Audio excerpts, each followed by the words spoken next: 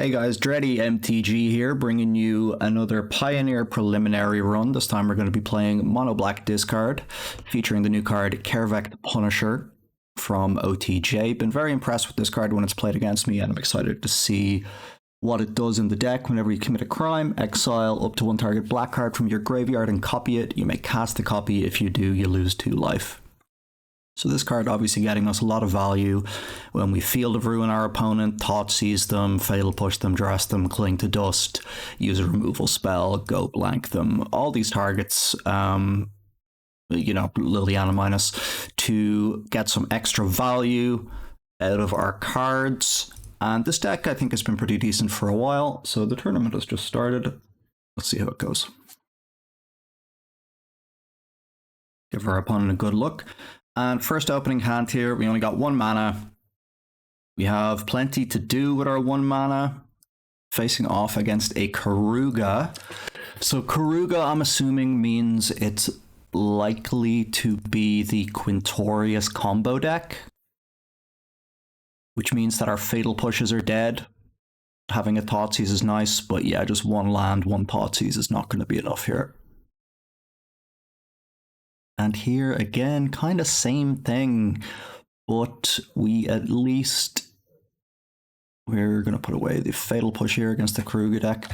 We have a Duress, we have our Waste Knot, namesake of the deck, and we have a Demolition Field ready to go here. This is presumably a 5-color deck we're playing against. I'm assuming it's the Quintorius combo, in which case Demolition Field should be very good to take out something like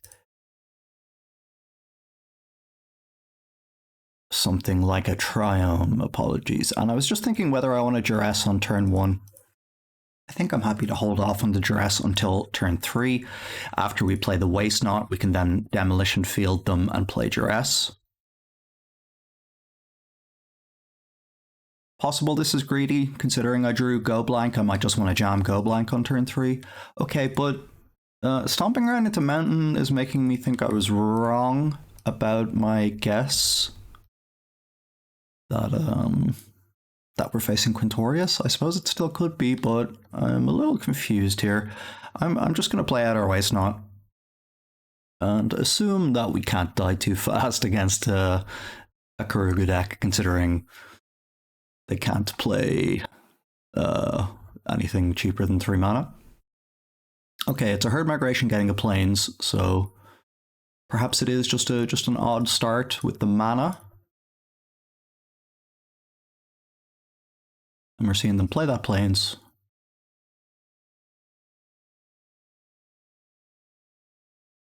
Now I feel like maybe not actually so good to Demolition Field them here, right? Because they're going to have a basic forest to get. It's possible they can ramp here. With, I can't remember the name of the channel card, but it's 2 and a green, essentially rampant growth, and you can do it at instant speed.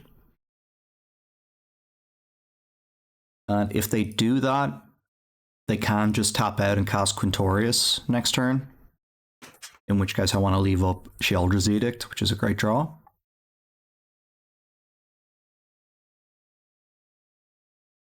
So I suppose I can start with a Duress. And see what we're working with. It is Quintorius. They do have the Quintorius in hand, and luckily for us, it is a target for Duress, so we almost had no targets. And they do have the Greater Tanuki, which is the channel card I was thinking of, so they will be able to get up to 5 mana at the end of their turn. Or sorry, for their next turn. They won't be able to play the Trumpeting Carnosaur, but the turn after that they will. So we'll take Quintorius here. We have to draw a card from Waste Knot.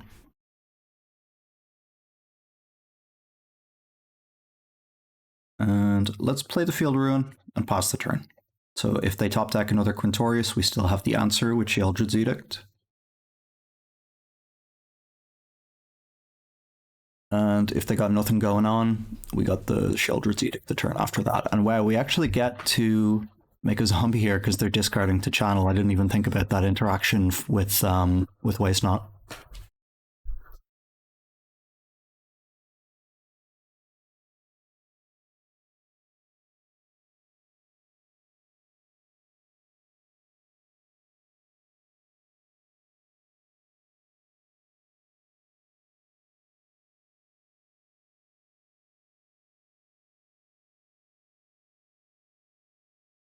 Okay, so they got an island from Greater Tanuki.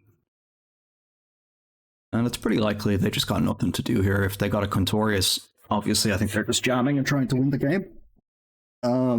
It would be pretty nice actually, because we can deal with that, but then we wouldn't be able to deal with the Carnosaur next turn. They play a Stomping Ground from hand, which we knew about. They've played this Plains out. And they've played this Greater Tanuki out. Okay, so Thoughtseize is a great draw here. Allows us to take the Carnosaur. And I'm not going to like Field of Ruin or anything here because I want to leave the 2 mana up for the Edict. So let's just start off with Thoughtseize. Probably should have played a land to play around Mirror Shell Crab countering it. But I mean, that at least makes another zombie. And they're going Trumpeting Carnosaur on our zombie token. Okay, so that likely means they're empty-handed. Yeah. Okay, and interesting one. So we can go blank here. We can make them discard 2 of their 3 lands. But then we are just dead to them top decking, right? So what I'm inclined to do is to just pass the turn again with Sheoldred's Edict up. They'll only be able to play 1 land out of their hand, and then we can go blank them next turn and hold up the removal. So just play the game very slowly. It's a very powerful combo, but you know, quite fragile, easy to disrupt just with 1 piece of removal at the start. So I think there's just no need for us to take risks in this matchup. We can just play it slow. Okay, they play out their Blood Crypt. Bringing it in shocked, so maybe he drew a Carnosaur.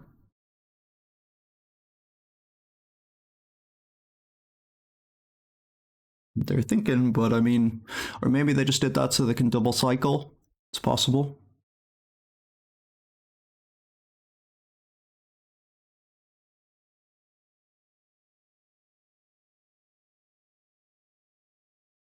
Oh, and they have Bedazzle. Destroy target non-basic land. Bedazzle deals 2 damage. Okay, well, that I suppose is fine. Destroy their black source. They obviously can't do anything with 1 mana here.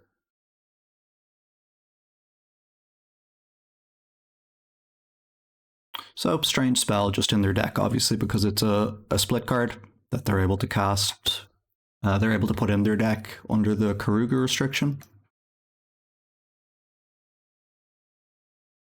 And now I can take their last 2 lands here with the go blank.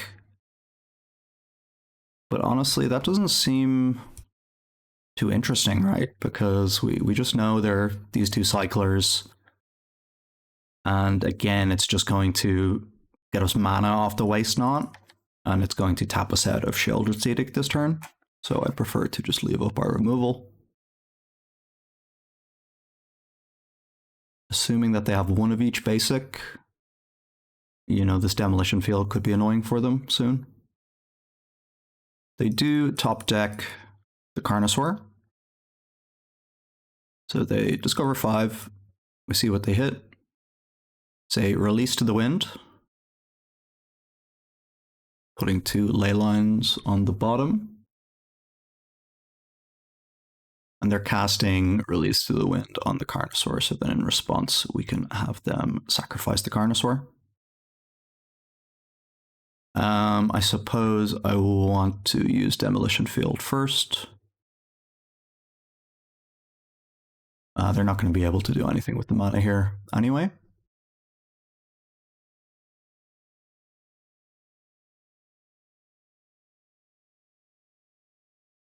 I would love to use Demolition Field. And then each opponent sacrifices a non-token creature.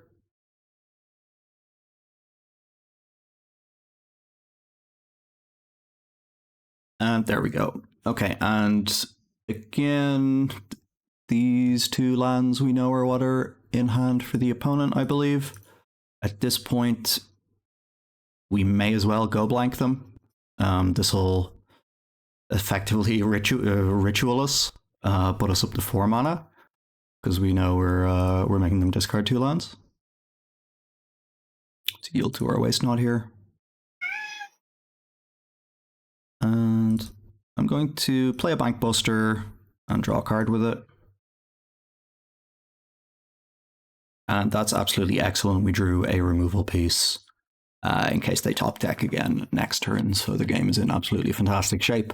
We might have to ward up off multiple top decks here, but we do have a card draw engine in play, as well as the Castle Locktwain, so multiple card draw engines and a Waste Knot going on.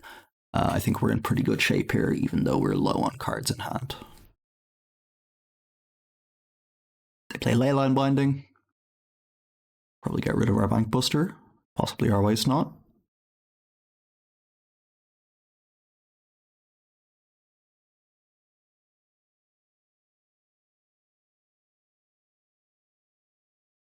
They're going with the Bank Buster. That makes sense when they have 0 cards in hand. Doesn't seem like the Waste Knot is doing all that much at the moment.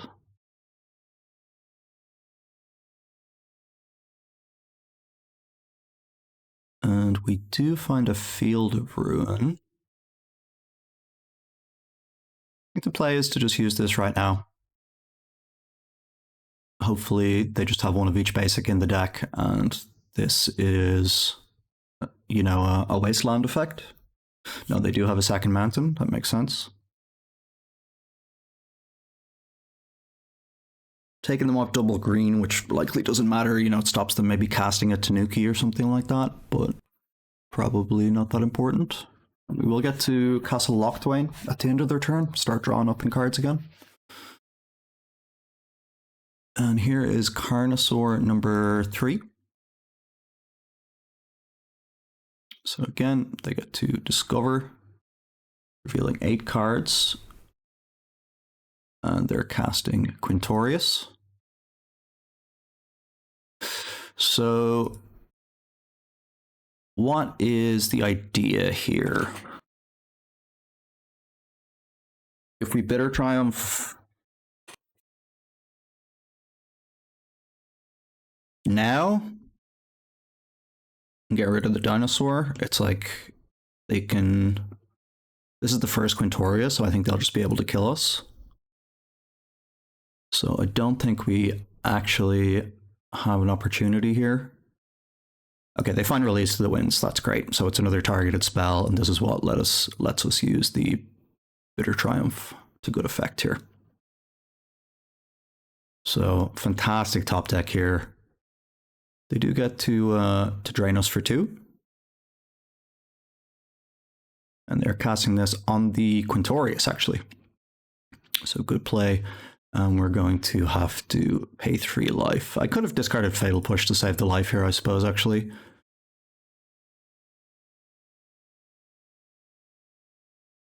But there we go. So now we got to find an answer for this Carnosaur. So Quintorius deck showing that it is able to top deck like nobody's business, which is what you want to be able to do against our Thoughtseize based strategies.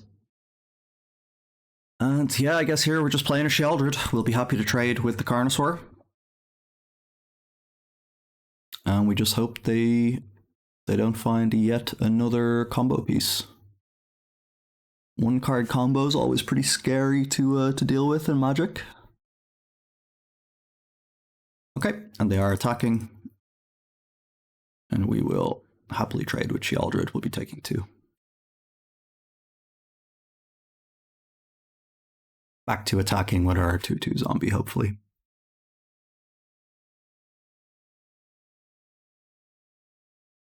Okay, opponent finds a Sacred Foundry. We find a Castle Lochtwain.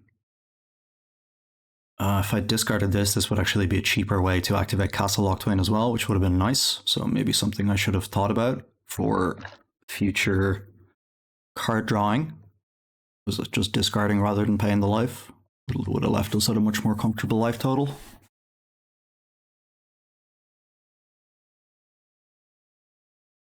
But they are pretty unlikely to be drawing gas at this stage. Oh, looks like they might have just drawn the Quintorius. Okay, we see a Herd Migration, making 5 3/3s, just like in Standard. Silver lining is we do get to use a Fatal Push, now that they've done that. But they really are showing some serious resiliency here. Okay, so play out a land. Again, play our castle. We find Cling to Dust. Doesn't really matter what we target here, it just has to be a non-creature. Exile Quintorius, I suppose. And we draw a go for the throat, but unfortunately we are still dying here. We can block 1, kill 1, taking 6. But you know what? Let's pass the turn. Maybe they don't attack with everything. You never know. Always give your opponents the chance to make these mistakes, even no matter how unlikely. But they do attack with everything, and we'll be going to game 2. So, in the sideboard, what do we have here? Obviously, all these Fatal Pushes are coming out. I like keeping in the 2-mana removal spells. They all interact sort of in important ways with the combo. Duresses obviously look pretty good. I mean, it's kind of annoying actually, since, you know, they don't hit the Carnosaurs, they don't hit the channel creatures. We could think of bringing in Invoke Despairs just to close out games. Liliana of the Veil just to rip apart their hands seems like it'd be decent. Davriel just to make them discard cards, do some damage. It seems quite good actually as well. The Raven Man, 2/1 for 2. If a player discarded a card this turn, make a 1/1, and it can make them discard. Honestly, seems pretty good as well. I mean,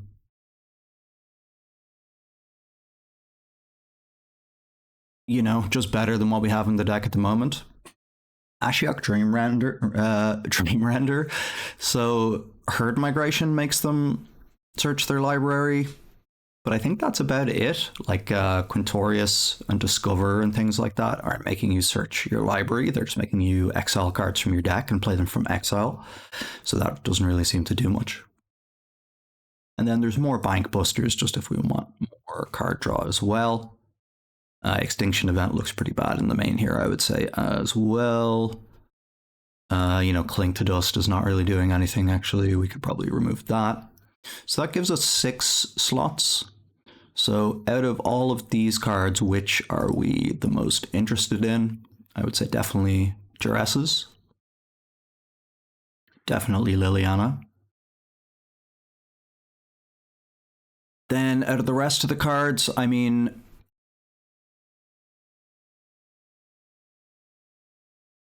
you know, we do have to deal with Herd Migration as well, so maybe Path of Peril is a thing rather than Extinction Event to deal with those. Just have 1 copy of that or something like that. But I think we're probably supposed to end the game before they get to that point. Bank Busters are just totally fine. But I think we want to be a little bit more proactive, so maybe not multiple Bank Busters. Making them discard seems better than having us draw. So I think I'm going to bring in this discard package. And you know, I don't think Invoke Despair is great. I'm gonna bring in a Bank Buster as well. Let's call it that. I'm not going to bring in any of the board sweepers for the Herd Migration. It just seems too much of an edge case when we're on the play. Maybe consider doing it on the draw. This seems totally fine. We have no disruption, but we do have the Waste Not, the Bank Buster, and an Edict. So perfectly good enough to keep, and we do have a sort of quote-unquote turn 1 play in Sunken Citadel. So hand is Totally reasonable, I would say.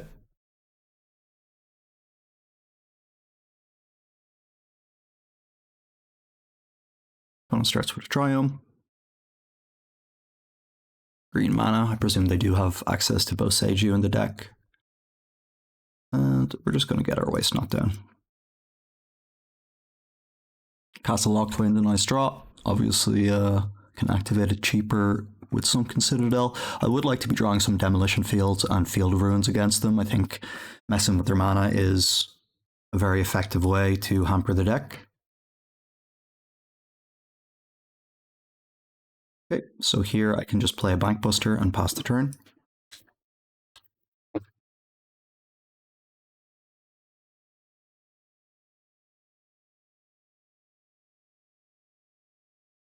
So not as proactive as we might like. We do get to draw a card there, which is great with Waste Not, just showing its power against Earth Migration, because again, they're channeling, they're discarding a sorcery. So kind of nice little bonuses you don't think about if you don't play this deck. All these strange little scenarios where Waste Not triggers. And they're getting a mountain there, so that will be double red. Setting up for their Carnosaur.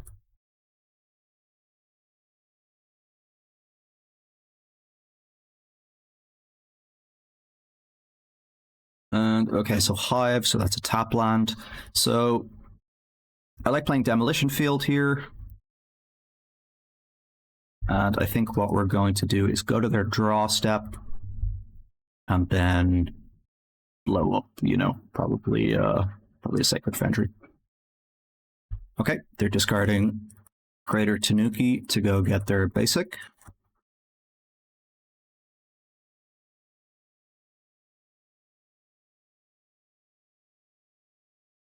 So we know they do have 2 basic mountains, and we've seen 1 of each other basic in the deck. Could be a thing in this matchup, knowing that. Okay, so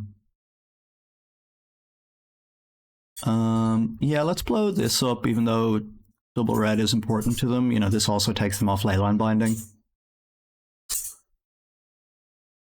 And we're doing it in their draw step, obviously, to give them the opportunity to draw the basic land that they might have wanted to put onto the battlefield. Like if they wanted to put a swamp onto the battlefield here, drew it, could be annoying for them. So that's why you wait till the draw step to do that.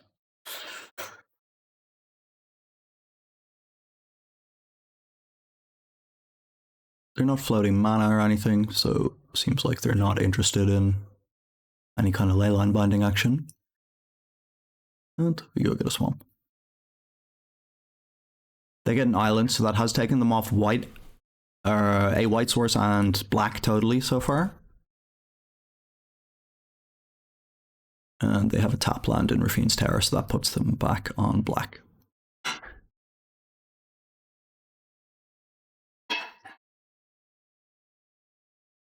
Okay, and go blank is a nice draw. I mean, again, this is very slow going here. Here, I think I like just starting with go blank. They likely discard some lands, right? And it just gives us more mana to figure out what to do.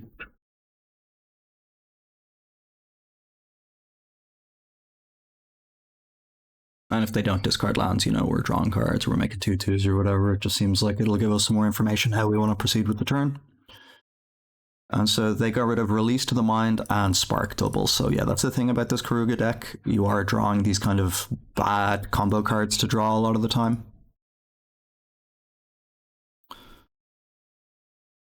Now, so we got to draw a Sunken Citadel, and we made a zombie.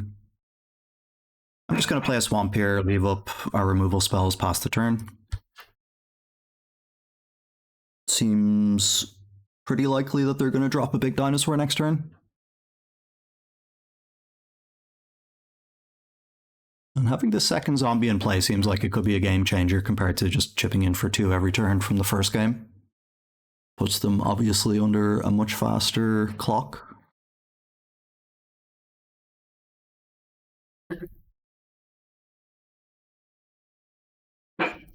You do see them tapping out for a Carnosaur. Let's see what the Discover hits. It is a Spark Double. So they cast that, and we will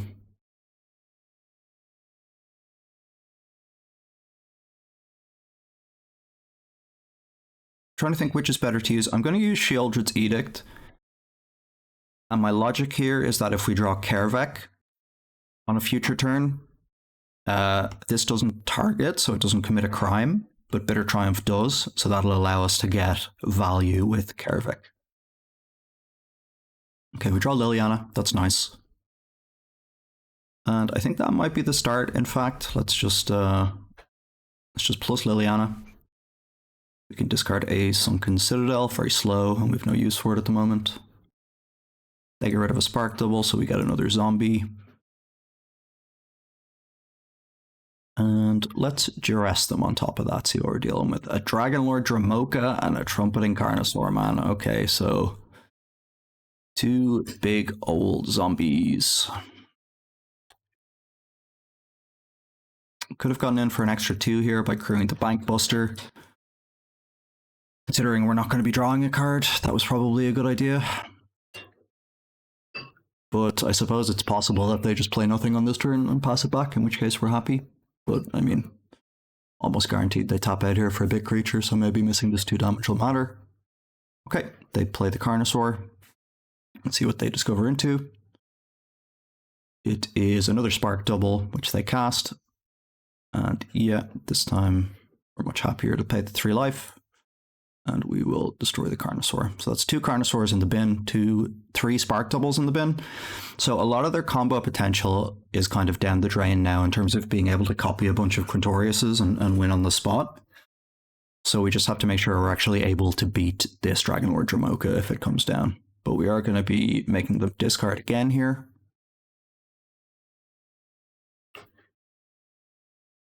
And we do draw Kaervek. That's really nice. So what we can do here is play Kaervek.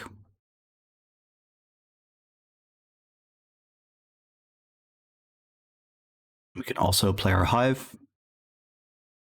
Now, this is each player discards a card, right? But I could have them sacrifice a creature in order to recast Go Blank and take both the cards. I think that's actually the better play here to trigger Kaervek. And you just see the power here of like a black Snapcaster Mage that triggers multiple times can just be absolutely wild. And also what we're going to see here is the power of, okay, we're not going to do anything here, but of getting to flashback, you know, a Go Blank while you have a Waste Knot in play. Very, very powerful. Okay, so their Leyline Binding and their Dramoka are both gone. We don't get any mana, which is whatever. And this time I will remember to crew my Bankbuster and attack. And we get in for 7. So we've taken their big sideboard threat, and they're in top deck mode.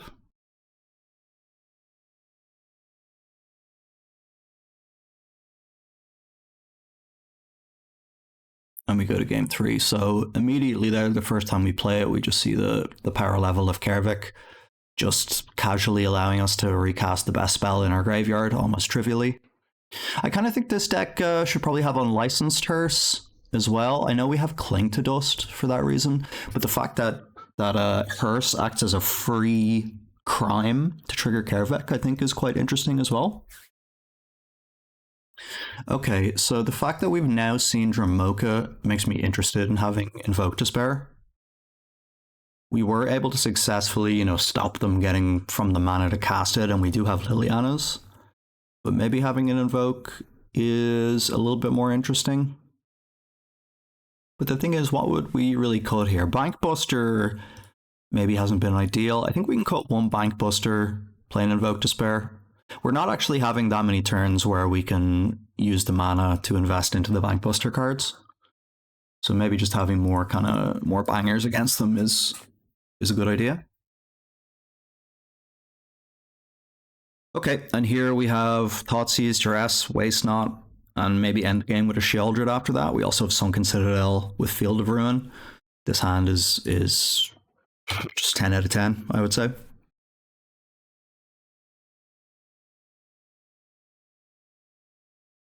And how greedy do I want to get with our Waste Knot is a question we can ask ourselves here. I think pretty greedy. I'm pretty greedy. You know, it's a slow deck. We're going to start with a Sunken Citadel. What I might do here is turn to Field of Ruin them and then follow up with a Thoughtseize. That'll stop them from being able to use their Greater Tanuki. You know, blowing up a Triome here is kind of interesting as well, even though it would turn Herd Migration on. Oh wow, but okay, drawing the Sanitarium, this just makes me think that we're supposed to jam the Waste Knot here as early as possible. We're just going to get so much value out of it from next turn onwards.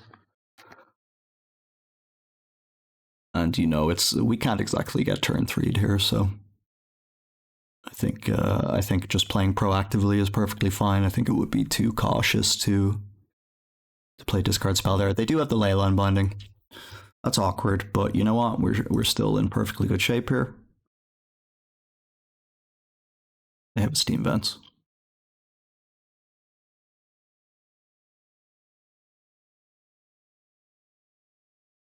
Sheoldred's Edict is a good draw. We're not going to have a use for it next turn.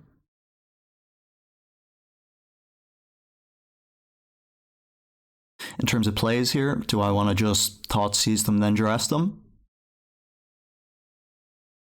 Or Duress, then Thoughtseize them, rather, in case they only have one, you know, non-creature, and the rest are creatures in their hand?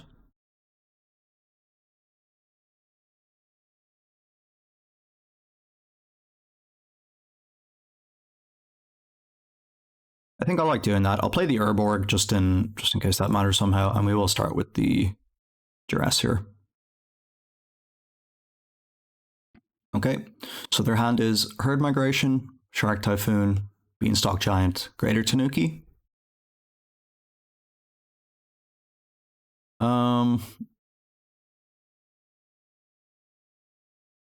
They need combo pieces. Shark Typhoon is a cycler. But at the same time, we are going to be able to get a Sheoldred down next turn. That's going to punish them for cycling.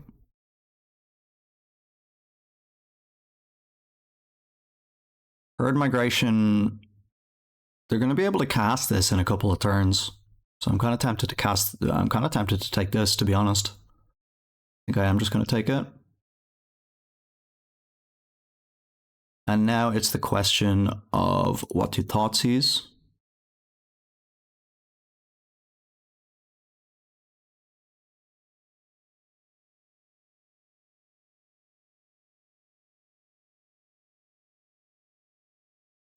I'm going to start here taking their Into the Triome. Just takes them off the most colors. Could have considered taking Steam Vents to take them off blue, make them get an island. That would have taken them off double red, but that's not too relevant given their current hand.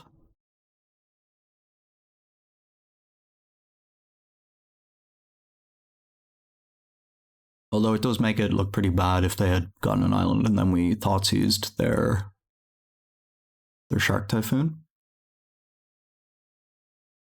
Good to see their hand again. And yeah, I think we just take the Shark Typhoon at this point. We're leaving them with a Beanstalk Giant, a Greater Tanuki, and a Sacred Foundry. There's the Foundry.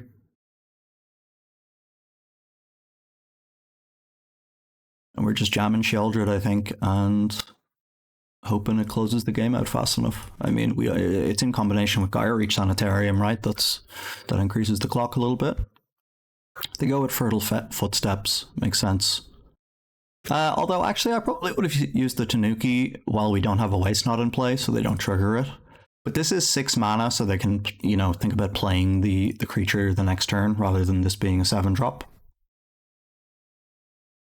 Okay, and we do draw Demolition Field, so that could be an option if we wanted to just hold up removal. And I will play it just so I can play the Sanitarium next turn, but we are just going to jam Sheoldred here and pass the turn back.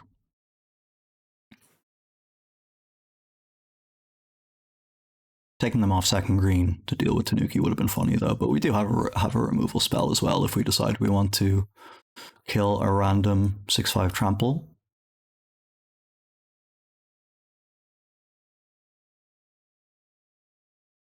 It's possible we just get comboed here as well. I hope we don't. We don't. So they're channeling the Tanuki, getting a swamp, probably. They get an island. Okay. They get an island, huh? Interesting. Okay, we're drawing 2. So Kaervek here. Let's think about this. Both these cards are gone from their hand. They have 2 cards in hand. So we have 5 mana. If I play Kaervek, say off Swamp, Urborg, Swamp, I can then Demolition Field them to trigger committing a crime. But I won't actually have the mana from the Demolition Field yet, is the issue. Because you have to cast this with the timing restriction, you have to do it right away. So we won't actually get to use that, is the problem. So I think what we do here is attack with Sheoldred. And we're just going to play Kaervek and leave up Sheoldred's Edict. And then next turn, we get to do the real fun stuff with Kaervek, because we get to... Yeah, I'm not going to Gaia Reach them this turn. I'm probably more likely to Demolition Field if we need to do something. But what we can actually do with this card is next turn in their draw step, we can stop Demolition Field them and then Thoughtseize the card they just drew for turn. Because, you know, you're casting this like during the resolution of the trigger, so you can cast sorceries at instant speed essentially with this card. Very, very strong. Again, we're not going to be triggering it this turn, but not a big deal. And this might be a sort of, you know, ice cream for dinner situation in terms of we might just win the game. We're getting him for 9-11. I actually would have killed them if I'd left up Gaia Reach instead. No, because we have to kill this anyway. So they get to discover. They hit the Spark Double. And it's going to be the same old story, unfortunately, for our opponent, in that we are going to make them sacrifice their big dinosaur in response to Spark Double.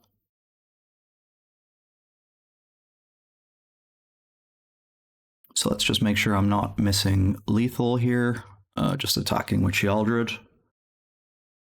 So we're attacking for 7, put them to 5. Their draw step is going to take them to 3. Gaia Reach would take them to 1. So that is not actually lethal.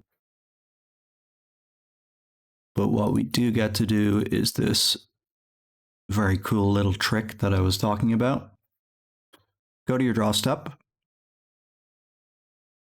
You lose 2 to Sheoldred. Then we will Demolition Field your... I suppose since you got an island, I want to take your other blue source, because I'm just confused as to why you need that. And then we are going to flashback Thoughtseize from the graveyard on your draw step. So slightly unfair. And this is also going to trigger Kaervek again. And we can duress you as well. That's cool, isn't it? Because for some reason, even though the other crime cards mostly have a limitation of once per turn, Kaervek doesn't have it. And we're not going to flashback Sheoldred's Edict. So, yeah, we get to duress you, take a Shark Typhoon, and then Thoughtseize you, and take a Dragonlord Dromoka.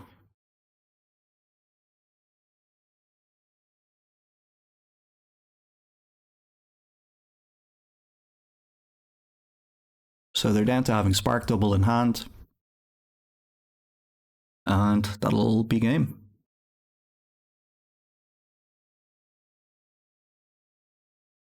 So kind of a ridiculous play pattern with Kaervek. Not something I initially realized when I saw the card, but obviously super powerful. Just rip their hand apart on their draw step.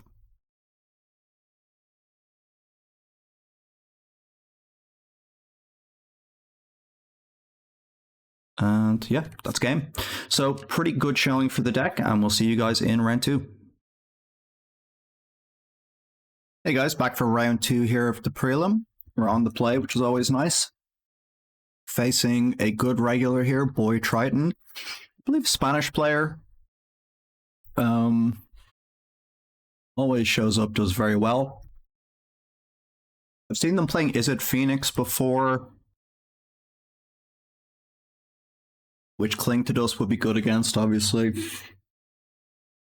They tend to just play very good decks. Like, you're not going to see this player playing a janky brew most of the time.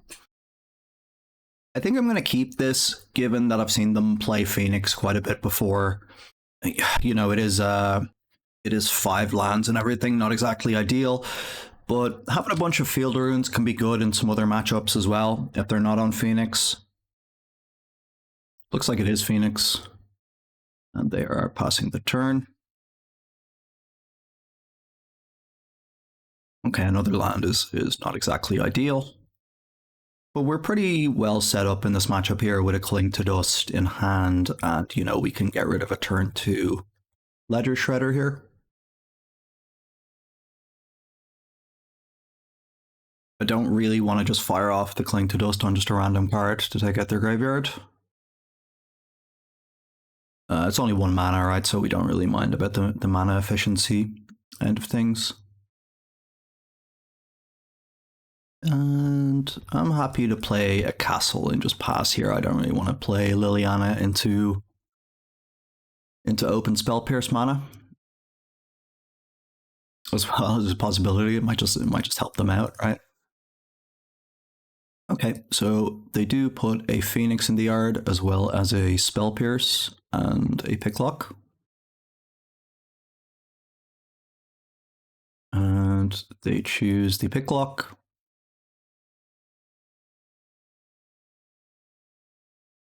Land for turn, they consider.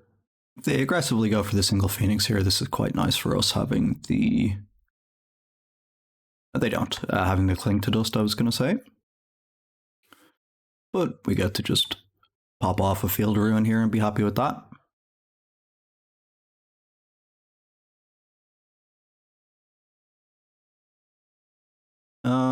You know, here, again, I'm not too inclined to just play into a Spell Pierce, so I think we're happy just passing the turn again. Play another Field Ruin. And here I'm actually tempted. I think we're just going to Sorcery Speed Field of Ruin this, because I don't want to give them access to an extra mana on their turn. I'd prefer to just take out the red source now. Okay, so it looks like they're casting the second Free the Fae. They are indeed. And they're finding a Treasure Cruise here. So they do take the Treasure Cruise. Nothing we can do about that, you know. This Cling to Dust isn't going to take out that much of the graveyard, so we have to just accept that they're going to get some Treasure Cruises off. Yep, resolves. They go up to 10 cards in hand.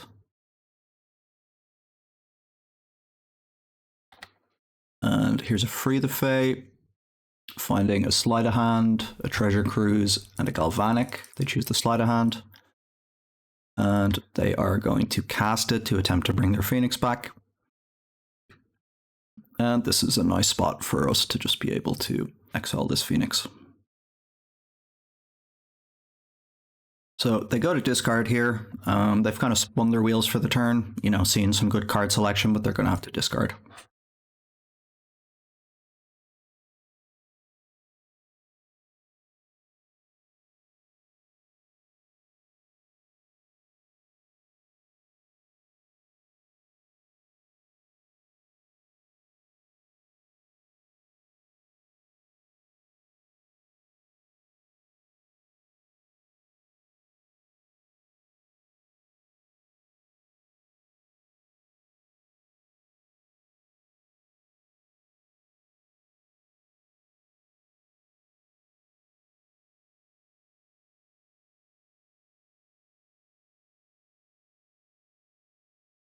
Apologies for the delay there.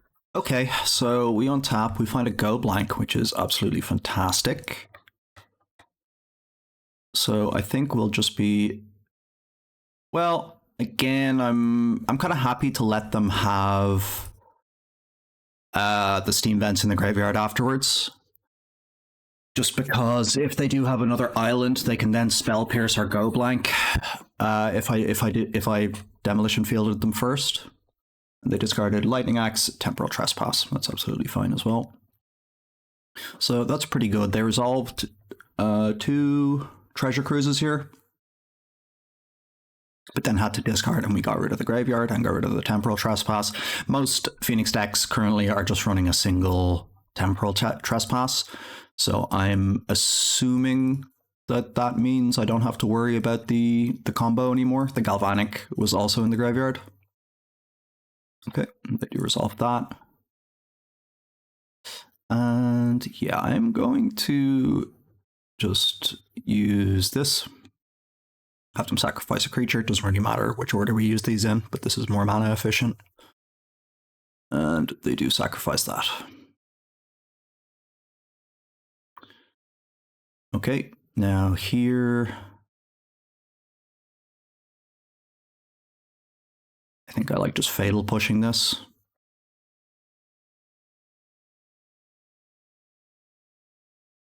And I can leave up Cling to Dust here, or I can play out Liliana. I think I like just leaving up Cling to Dust this turn. I don't really see a need to rush this out again into the face of a Spell Pierce.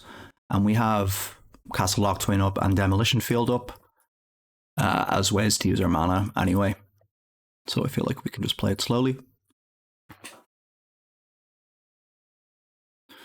They get the Connive off. Phoenix is just so good at just constantly refilling its graveyard. You can just, you feel like you've dealt them a blow, but you never really have. You know, they're consistently just able to recover.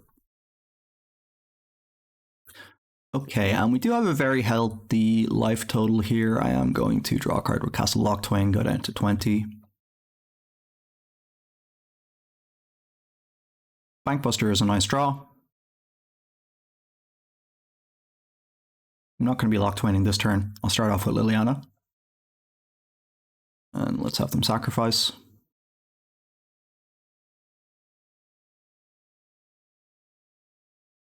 And then let's pass the turn, leave up Cling to Dust again.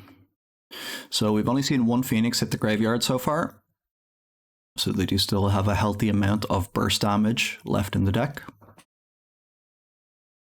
Looks like another Treasure Cruise. So Treasure Cruise number 3 of the game, man. If we beat this, I'm going to be pretty happy with how this deck is playing out.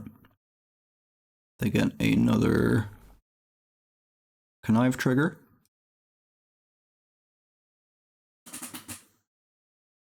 And that's a Phoenix in the bin again. And we are seeing the opt. I could Cling to Dust in response to this, but I kind of prefer to let them tap out with a final, you know, consider or something like that to try and put another Phoenix in the yard. But I would say it's pretty likely we're getting Spell Pierced on this one.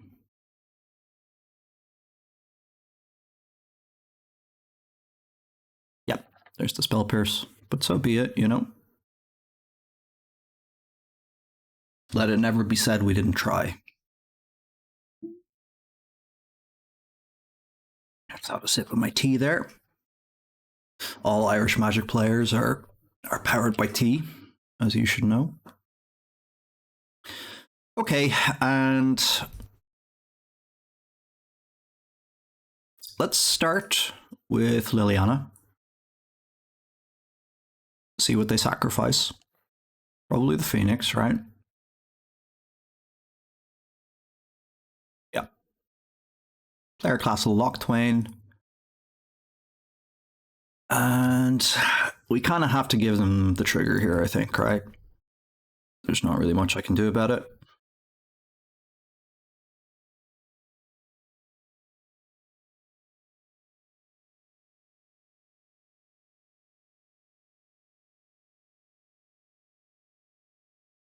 So we have the Connive, second Phoenix in the graveyard. This is rough. I don't know how many basics this deck runs.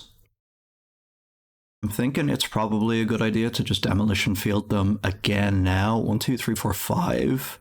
This costs 6 mana to activate. Yeah, I'm just going to take out their Hollow Storm Giants rather than a red source here.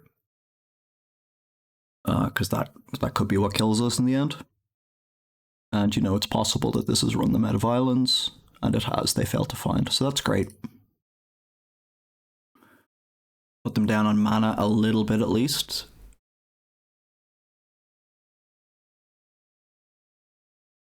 And hopefully we survive the beating for a turn here, and our card draw starts working to our advantage. Double connive trigger is a little bit scary.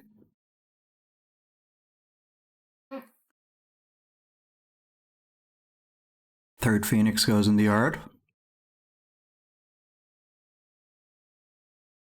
So we're not actually going to die here, because I have exiled one Phoenix at least, but yeah, this is not looking so good. I believe we have one Extinction event in the main deck, is that correct? So, you know, possible that we find it.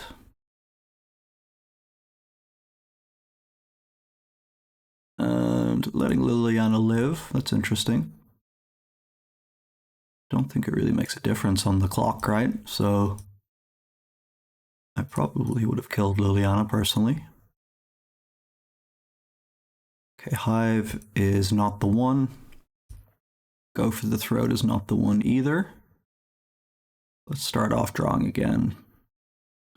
Bankbuster, still not doing it, sadly. And yeah, we can't actually cast Extinction event, right? If I use the current mana, we'd be going down to 2.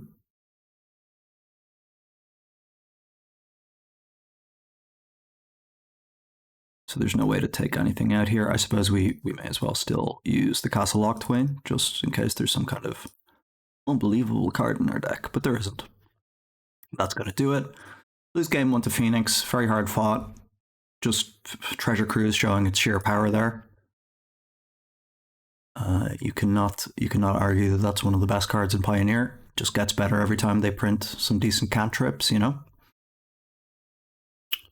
Not sure how to sideboard in this one so much. I think Duresses obviously are great. Ashiok, this is a great place for it, obviously. Being able to repeatedly exile their graveyard is really nice. I think we can probably get rid of a couple of Fatal Pushes, considering it's mainly just going to be for, you know, Shredder. They can bring in, you know, Young Pyromancer or whatever, but it's... I don't think that's going to be... You know, Fatal Push is going to be a tool against that either. Go blanks are obviously excellent. Kaervek the Punisher not striking me as being amazing in the deck. It's probably just going to get Fire Impulsed, or... Well, maybe they're cutting some Fire Impulse, but it's still going to get Lightning Axed. I suppose it stresses their Lightning Axes having both Kaerveks and Sheoldreds. But the life loss isn't ideal in the matchup either. So I definitely want these 4. Bankbuster doesn't strike me as an amazing card either. Like, we're just not competing on resources with Treasure Cruise. And I feel like I want to be more proactive about spending my mana than drawing a card with Bankbuster. Like, I want to just be going, you know, Thoughtseize you, Waste Not, Go Blank, Sheoldred. Bang, bang, bang, bang. I don't know if we can cut both, though. Maybe I do just cut both Bankbusters here. Liliana's obviously not ideal as well, especially actually when they're probably bringing in Young Pyromancers. I could probably cut Liliana entirely. So maybe that does leave space for our Bankbusters.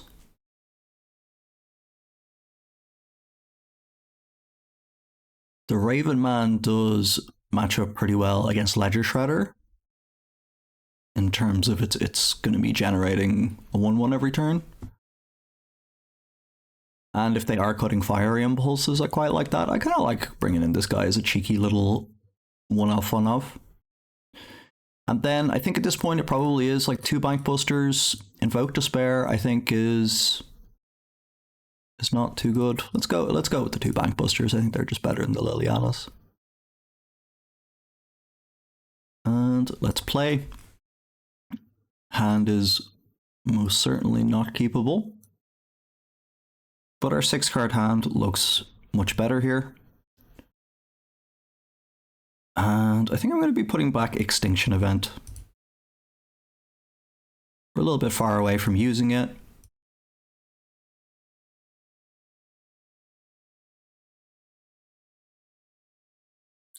And I think what I would like to do here is hopefully on turn 2, cast the Raven Man, playing around a Spell Pierce, hopefully. Well, now that they're tapped out, I'm going to resolve Waste Not on turn 2. I've had a trademark change of mind. Okay, and then, yeah, if they leave the mana up, obviously going into Go Blank on turn 3 would be incredible.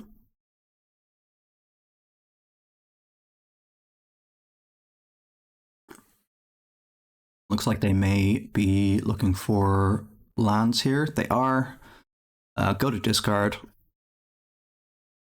And they concede the game too. I don't know. Just I guess just a really good hand if they drew that land and they had double cantrip to get to it. Just didn't get there. I certainly keep those hands sometimes. On the draw, do we want to change anything up? You know, I don't hate Path of Peril if we are going to see some young Pyromancers. Again, Kaervek doesn't strike me as being particularly amazing. I think this is probably just a cut in this matchup, actually. Just let us flashback some Go Blanks. But yeah, I'm going to cut these for Path of Perils, just because I can see us just being unable to beat a bunch of tokens otherwise. And I just don't see Kaervek giving them the business. Removal spells and a Go Blank, can't really say no to this one, even if it's not got any sort of engine card. They start off again with a Sleight of Hand off a Spire Bluff. And we draw a Path of Peril. Not really ideal to see with a hand that's already full of removal. But listen, we're going to have lands and spells. We're going to give them a good game here. Island into Sleight of Hand, so keeping up red intentionally here. So telling me that they have, you know, Torch the Tower, Fiery Impulse, something like that here. And the question is, do we want to play our Waste Not into the open Spell Pierce mana? I think I'm just going to pass the turn because, you know, the only payoff I have for it is this Go Blank anyway. And it just seems like it lets them use their mana too profitably on that turn to play it. This game's going to be going on quite a long time, so I feel like we can, yeah, we can take our time on that one. Okay, again, same thing here. I'm just going to pass the turn. And I think end step, we're going to go with the Field of Ruin. I don't want to use it earlier than that because I don't want to give them an extra mana to bring back a Phoenix with or whatever. Okay, and they didn't play Cantrip last turn, so I have to assume that they cast that Consider, or that opt off that Consider. Okay, here we go. And Sleight of Hand.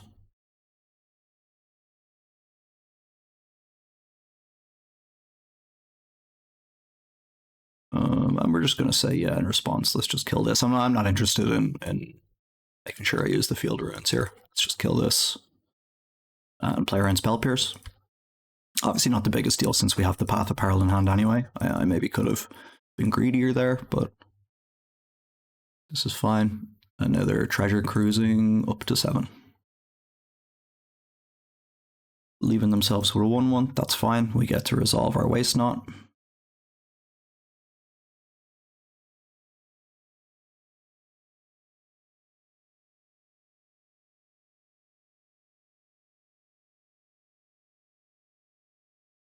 And yeah, same thing as the last time this happened. I don't want to. I don't want to use my Field of Ruin first because I don't want to give them an island to spell pierce me with. So let's just use our mana like this. It is making our colored sources look a little bit dodgy, but so it goes. There's a Ledger Shredder.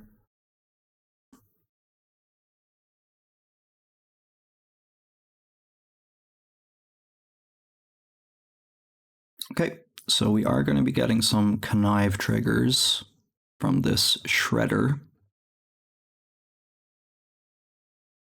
I think I like starting with this. Hopefully this is not some crazy list that plays Tishana's Tidebender or something. Okay, just get us our second black source. Go to our second main phase. And they're using an opt. Do I have any interest in responding to this opt and trying to kill their Shredder? I don't think so. I think I can wait till their upkeep. That does give them an extra spell to bring back a Phoenix if they spell pierce it down or something like that.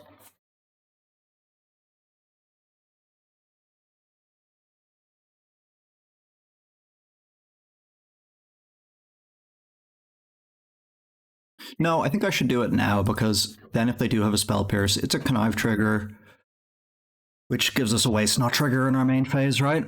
So I yeah, I'm just gonna cast Sheoldred's Edict. You sacrifice a non-token. We'll see what happens.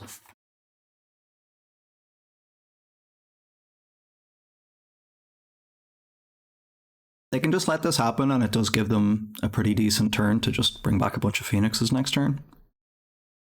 So I am definitely leaving myself open to that. Wow, Crackling Drake goes to the graveyard. Kind of glad they didn't draw that one. And they brought Mystical Dispute back to their hand. So that kind of shows that they don't have the ideal sideboard for us, I suppose, if Mystical Dispute is in the deck. And we just got to remember they got that one in hand, Mystical Dispute. Let me just put MD here so I remember. Second Treasure Cruise of the game. They go up to 9 cards.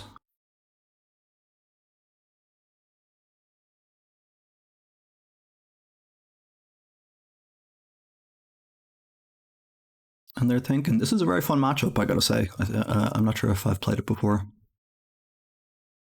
Okay, and we just have a pick lock. They attack us for 1.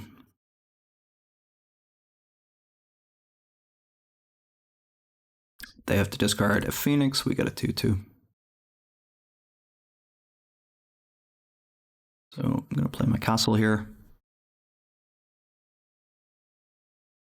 I am happy to just go for a Demolition Field again on our turn to not give them the extra mana on their turn.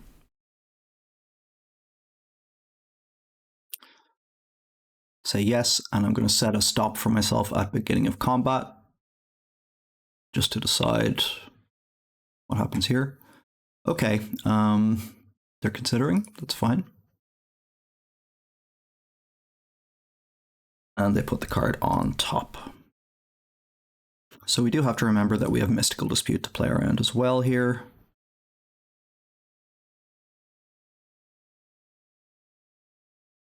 Phoenix in the bin, 7 cards. It's a pretty good spot for them, huh?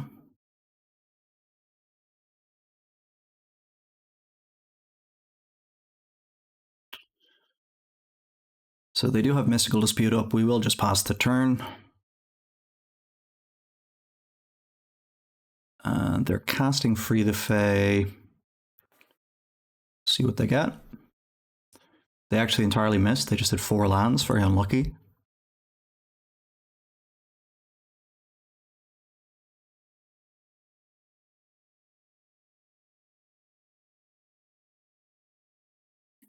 But they still have 7 cards. Here's a Young Pyromancer.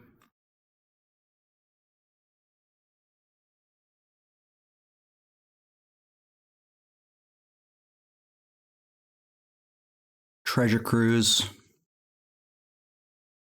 And, you know, I don't need to clear this guy right now because I do have the Path of Peril. It would maybe make them use the Mystical Dispute on my Go for the Throat. But I would prefer probably... Okay, they're just not bringing a Phoenix back. I was going to say I'd prefer to get rid of a Phoenix temporarily that way and then hit them with the Path of Peril.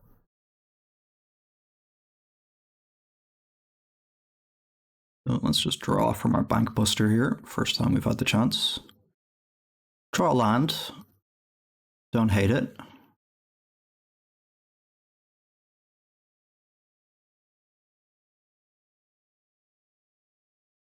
And we know they have Mystical Dispute. I'm just going to go blank them and see what happens. They have a negate, okay?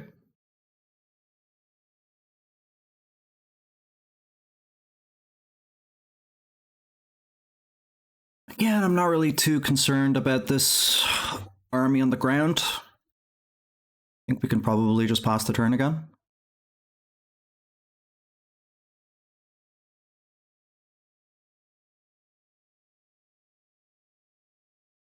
Just hold up Go for the Throat. Again, I could Gyre each Sanitarium here and get another Waste Not trigger, but doesn't seem all that important.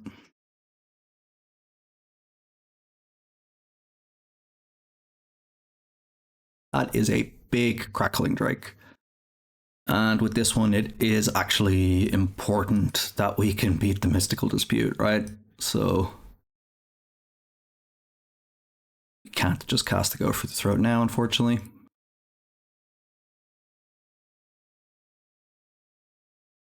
Okay, they're just attacking for 1. It's fine.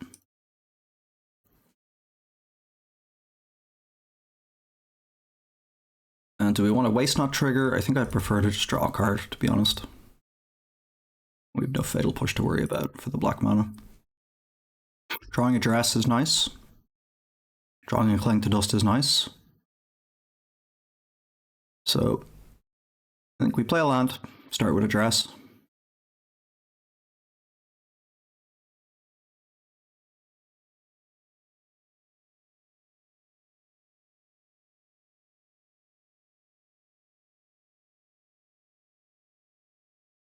And this is what makes, obviously, sort of Mystical Dispute look extra awkward here. What are you going to do?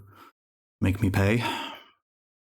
Okay, and they have a Spell Pierce as well as a Dispute and another Treasure Cruise. But they don't actually have any way to bring back Phoenixes in their turn. They have another Crackling Drake as well, which is just brutal. So I think here what we're doing is taking the Dispute and then just getting Sheoldred into play.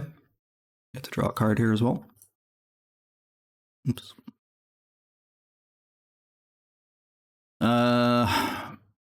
Well, first I have to Go for the Throat, so they can't Spell Pierce it.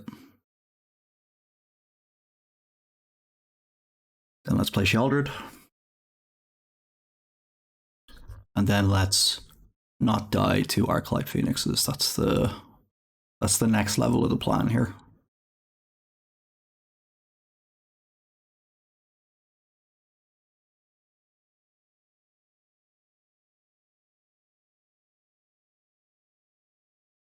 So they play another Crackling Drake. They take 2. That's 14 power. That's a lot of power. They shock themselves for Steam Vents, and they're just hard casting a Phoenix. Okay. They're getting in there in the air for 4. That is good for them.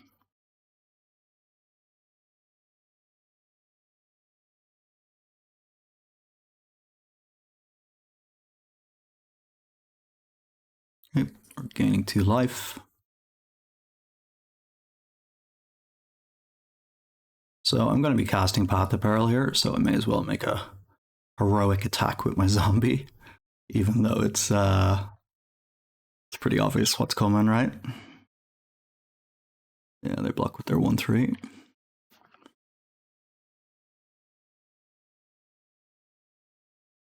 We're just going to say cast. I don't believe there's any way for us to get white mana to make this blow everything up.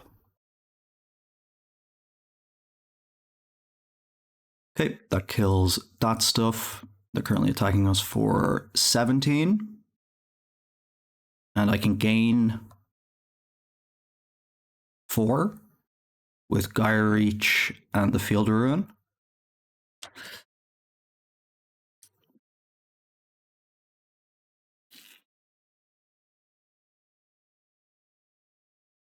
Trying to figure, do I want to do it now? I think I want to Gyre Reach after they're already in combat, so they can't bring another Phoenix back.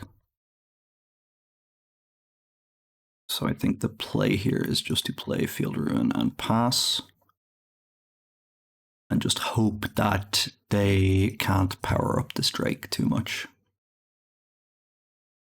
You're losing 2.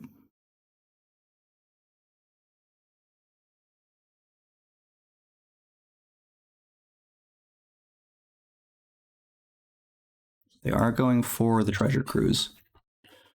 So is there something I should be doing here in response to this? Looking for removal for the Crackling Drake, probably.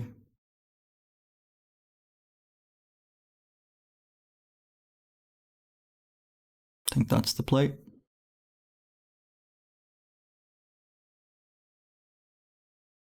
Oh, this makes a treasure, so this actually would have let us cast the friggin' Cleave on the Path of Peril. Wow, I should have thought about that for longer. Heraldic. I can also play Sunken Citadel to add white. So multiple ways I was wrong.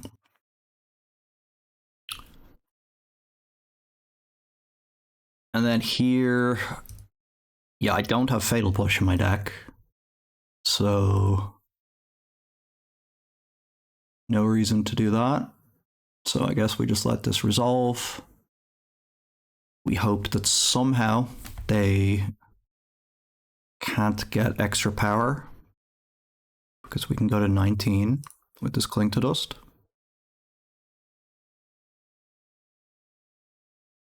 That looks like it's going to do it, though. They do lose 2 again.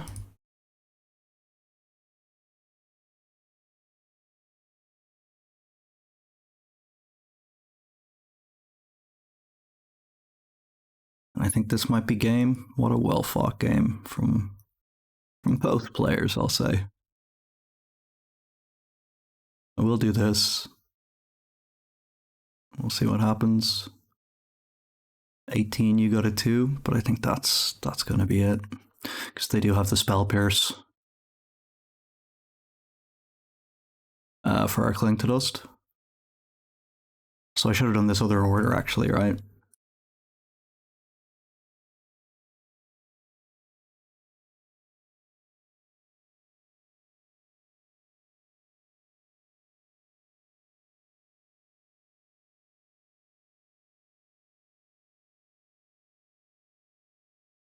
And we can do this, but they do in fact have the Spell Pierce. So actually, yeah, if I'd done this the other way around, I would have been able to pay the 2 mana, but then I wouldn't have been able to do the Gyre Reach thing. So that's game.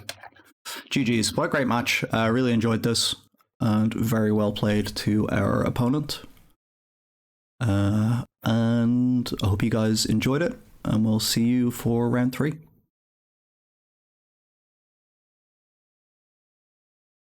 Okay, we're back for round 3. We won the dice roll. Opponent was AFK there for a minute, so I just delayed starting the recording. And the opponent is on Giganta, so could be a bunch of decks.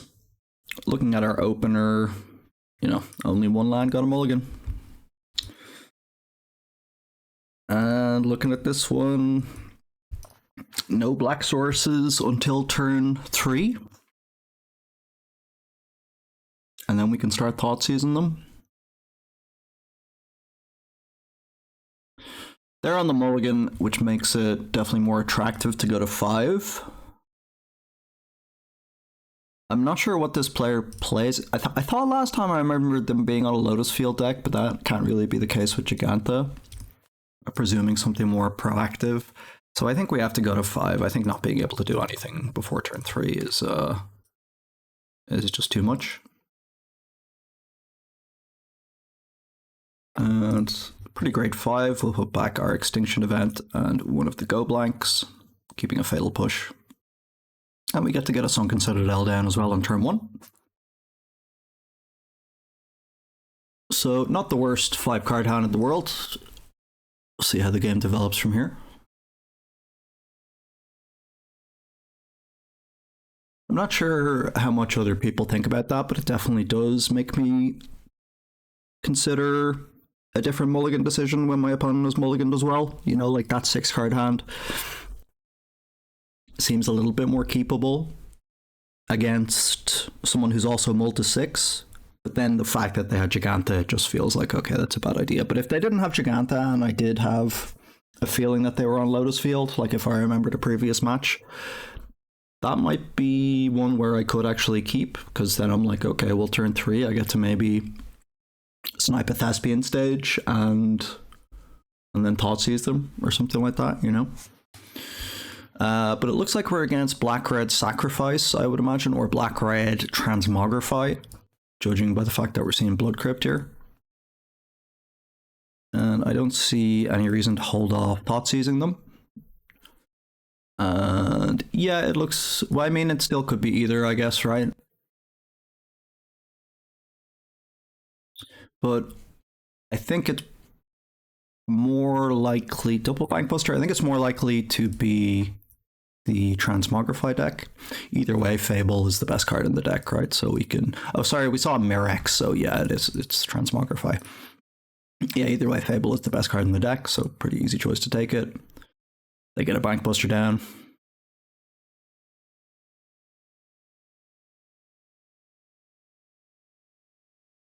We'll see what the draw is. I'm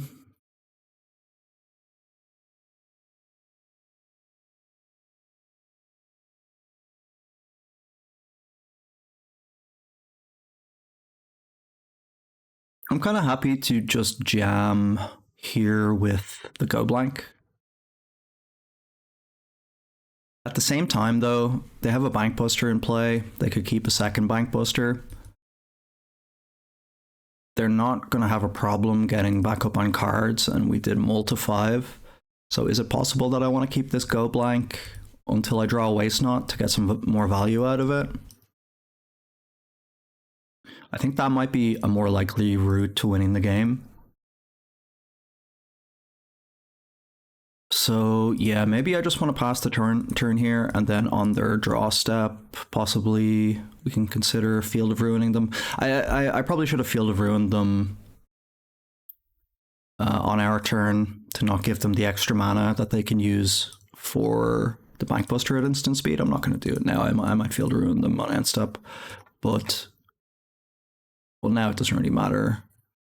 It would have been nice to hold this for the Mirex, but I think doing this is fine. Now it's going to cost them a life anytime they want to use red mana. Unless they have a basic mountain, I suppose they could have. But no, they get a swamp. So that was the second Bankbuster. The Sulphurous Springs is out of their hand. So these are their final 3 cards. They don't actually have any way to deal with Sheldred at the moment. So let's just slam it. Like, they have a Fatal Push in hand, but they don't have a way to turn it on. So I think we just do this and hope Sheldred survives. Sorry, there was one unknown because they had played the second Bankbuster. And let's hope they can't just kill this straight away. They cannot, that's awesome. And so if I attack with Sheldred here, they block with a Mutavault and then they can Fatal Push. So I'm more inclined to just cast Go Blank here.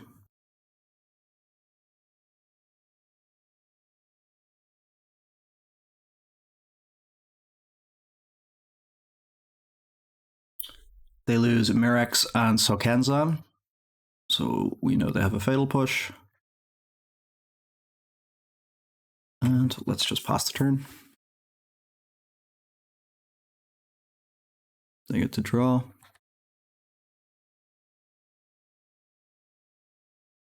They get to draw.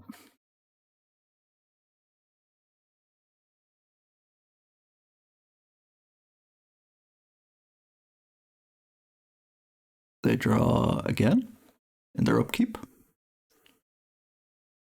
And they're going for Fatal Push on Shealdred. I suppose in response I'm going to use this and just get the drain off because they don't have the mana anymore for Transmogrify, right? Let's get rid of Extinction Event. You know, it could maybe get rid of the Atraxa they eventually transmog into, but I don't think we're winning the game after that happens. But they went from 20 to 10 real fast there. Okay, they do Thoughtseize or Fatal Push, so we'll have to find another answer for their token, or for their Mutavault. Gyre Reach, there we go.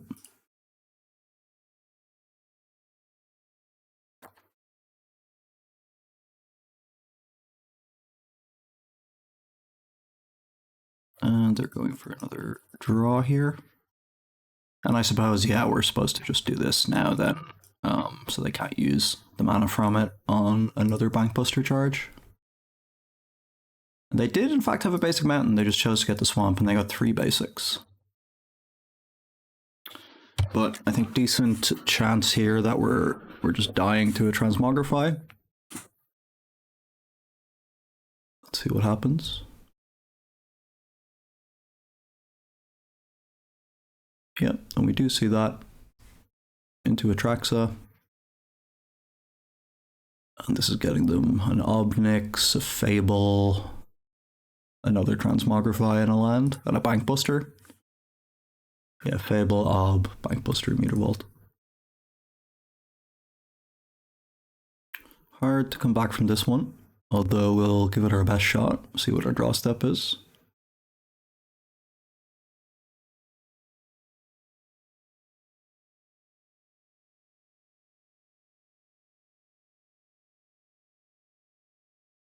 Thoughtseize is not the one.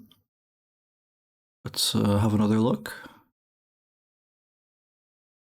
There's a Go Blank, but listen, they got 8 cards in hand, they got another Transmog, they got a Fable. Let's just go to game 2. So Duresses looking pretty good. Bankbusters looking pretty good. Fatal Pushes, I mean, it's nice to just be able to kill these tokens at instant speed. Cling to Dust doesn't seem like it does anything in the main. I mean, Go Blank seem good. I like just having this amount of removal spells to deal with the combo. I mean, Invoke Despair in these kind of mid-range matchups should be pretty great, I think, right? I don't think Extinction Event does very much. Liliana seems good. Ashiok stops them using the case of the skeleton, whatever it's called, Curse Skeleton, to Demonic Tutor, but that's about it. You know, Davriel is gonna rip apart their hand, but doesn't seem that great. Raven Man doesn't seem like it does anything. I think it's these 6 cards or 7 cards we're kind of interested in. And then, you know, we probably don't need this many removal spells, right? So the Fatal Pushes are all staying in. And let's leave the Bitter Triumph and the Edicts, because that kills the Ob Nixilis at least.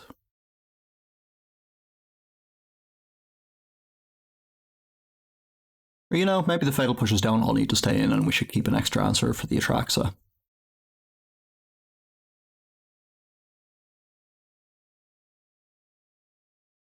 Yeah, I don't mind that. Cutting 2 Fatal Pushes. Bring these 6 in. And then, I mean, do I actually like Liliana that much? Not really, to be honest. Almost prefer to just have Davriel than a Liliana, because it's actually giving us card advantage.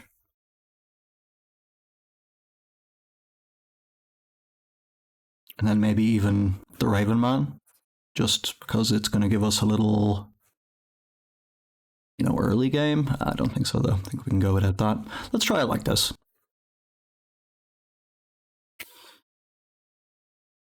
Pretty competitive considering we multiplied last game, I think. Hand looks excellent. Turn 1 Thoughtseize into Bankbuster. Just classic black mid-range mirror action going on in these games. If you like Bankbusters being tapped, you're going to love this video, I guess. Very cool art on the Bankbuster.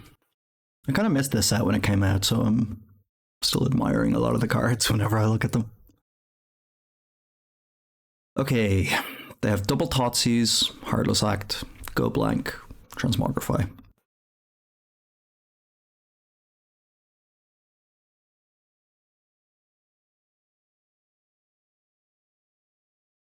Do I just take Transmogrify?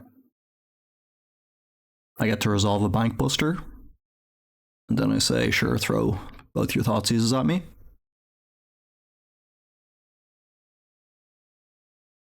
Or do I assume I will draw another discard effect before they can use Transmogrify? I think that's pretty likely, so I'm inclined to let them keep it. Given that we have Bankbuster, I'm not too scared of Go Blank. Heartless Act doesn't seem to do much, considering they're just going to Thoughtseize a Sheoldred anyway. So I think I'm going to take a Thoughtseize to make them choose between taking one Bankbuster or a Sheoldred. I think they'll take a Bankbuster, but getting double Bankbuster down was pretty good for our opponent last game. I think it'll be just as good this game for us. They actually didn't draw a tap land, or an untapped land. But doesn't matter. Actually makes it much easier for them, their decision, when they Thoughtseize us this turn. To take the Bankbuster. But it does mean that we stretch the removal, and they actually just concede. They obviously didn't draw a second land, and just said, "Oh my god, these cards are too good. Bankbuster's banned in Standard. How am I supposed to beat this?" Now on the draw, do I want, another Fatal Push or something like that to deal with Transmogrify? Do I want to go a little bit lighter on Go Blanks? Do I... That sounds a little good, actually, right? Maybe go a little easier on Go Blanks.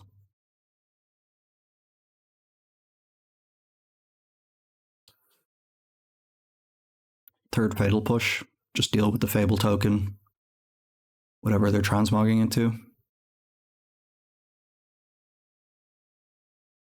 Just seems like a whole lot of slow action when they can just tap out and transmog us. Going down to 2 might have even been right. I do like the combo with Kaervek though. That does raise the ceiling on the power level of the card a good bit. I'm gonna keep this. Never mulligan in these black mirrors if you can avoid it.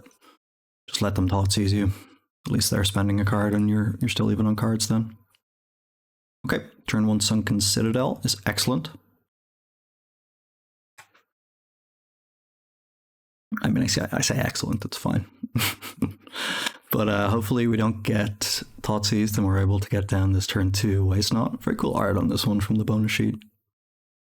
And we do get Thoughtseize, so we can say goodbye to it.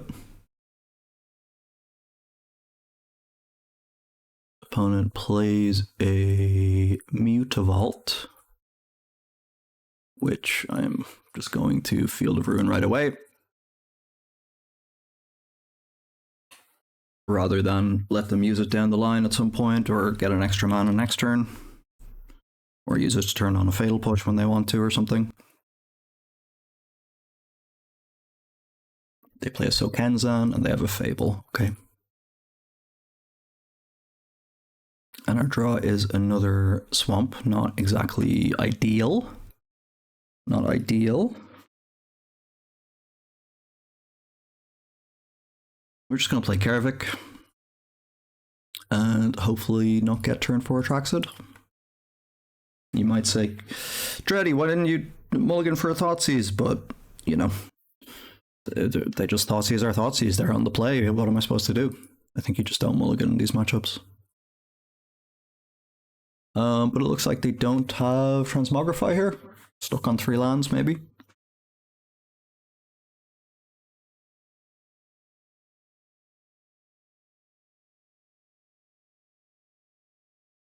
Are we seeing another Fable? What's going on? Go blank. Okay, well, that is absolutely fine. We lose 2 Swamps, and we lose a Waste Knot. So, wait, we could have gotten Waste Knot back from the graveyard with Kaervek later. So that would have been nice, I suppose. But not such a big deal. Do I want to Gaia Reach right now? I don't think I do. I think I just want to Field Ruin them.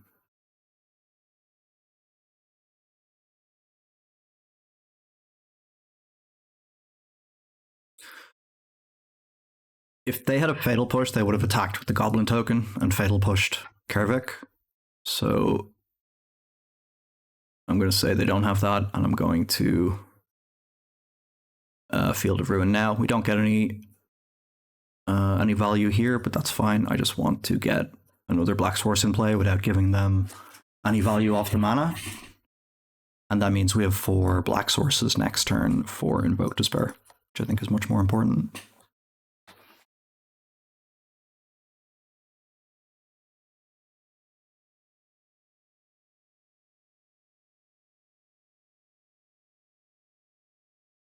And will I Sanitarium at end of turn is another question. I think I probably won't if they're stuck on lands. I think it's probably helping them. Although now at this point, they're... Okay, they've hit their land anyway, and they have a second Fable in place, so now I think I should. I think I need to find some action, to be honest. Let's do it. Found to go for the Throat. And we can ditch an Urborg, because I think that's helping our opponent more than it helps us.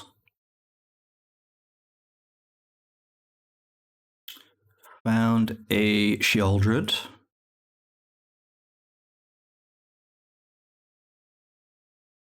But I think we just need to jam our Invoke Despair here.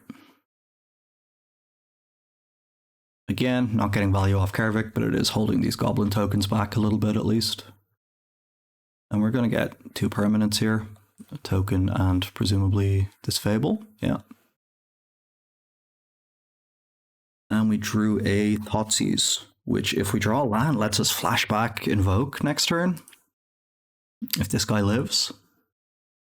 He doesn't live, unfortunately.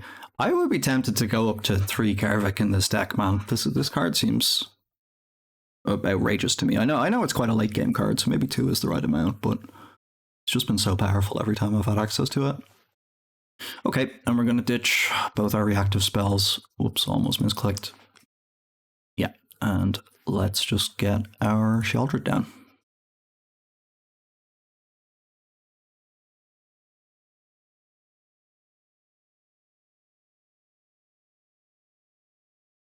Kind of an awkward spot here where we're giving them a lot more value if we Sanitarium than we're getting ourselves. They're down to 1 card now.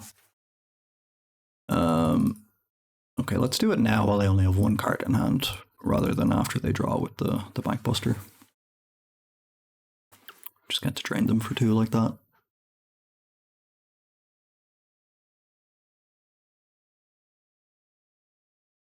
They got rid of a Go Blank, and they got rid of another Go Blank.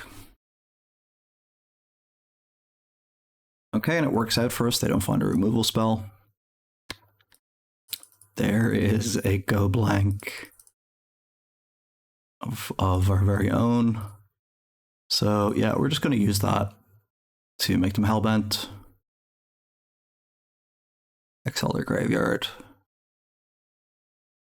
And yeah, let's just do this now ourselves again, just to get the drain off. We have to discard a Fatal Push, so that would have been kind of nice.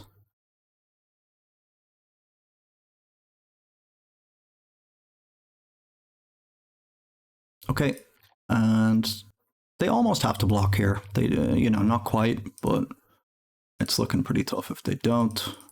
Okay, no, they can just do that anyway, so. And our opponent says XD, XD, XD, XD in chat. Okay.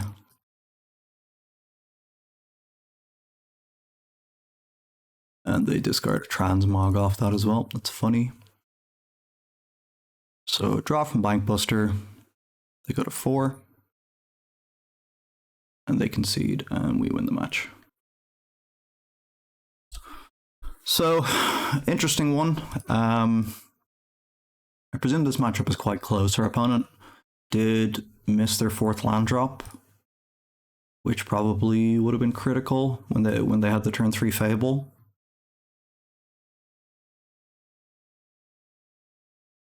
And they discarded 2 cards, yeah, and didn't find the land. So very unfortunate, but pretty interesting matchup. You get to see a lot of these, obviously, in Pioneer, these kind of black-based mid-range matchups. So always interesting to see the nuances.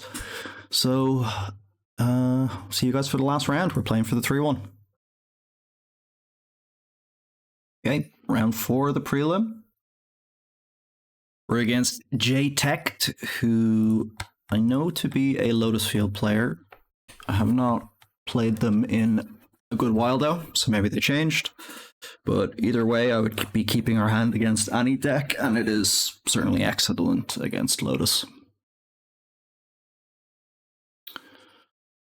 So feel pretty good about this one.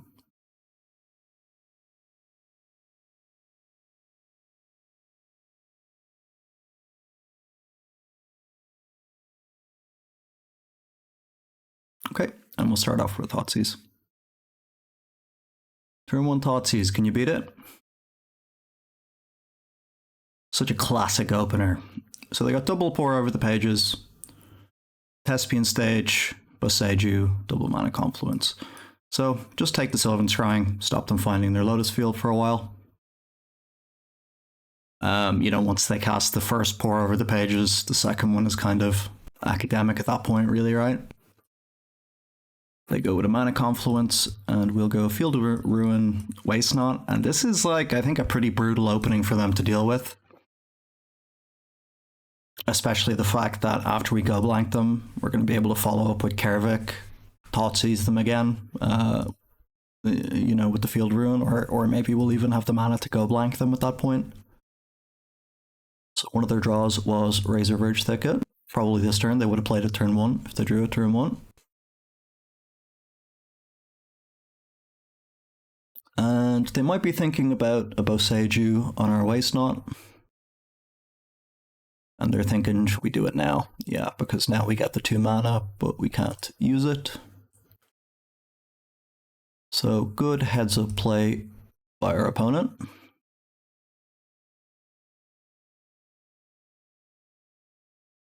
And do I want to go with the go blank here, or do I want to start with Kaervek?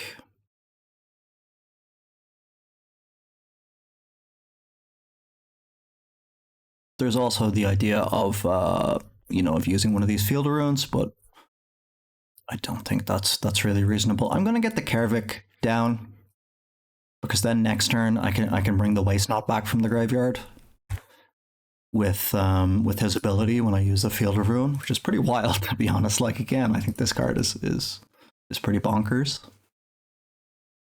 They do find their Lotus Field, so that actually takes us off this plan. And Boseiju is gone.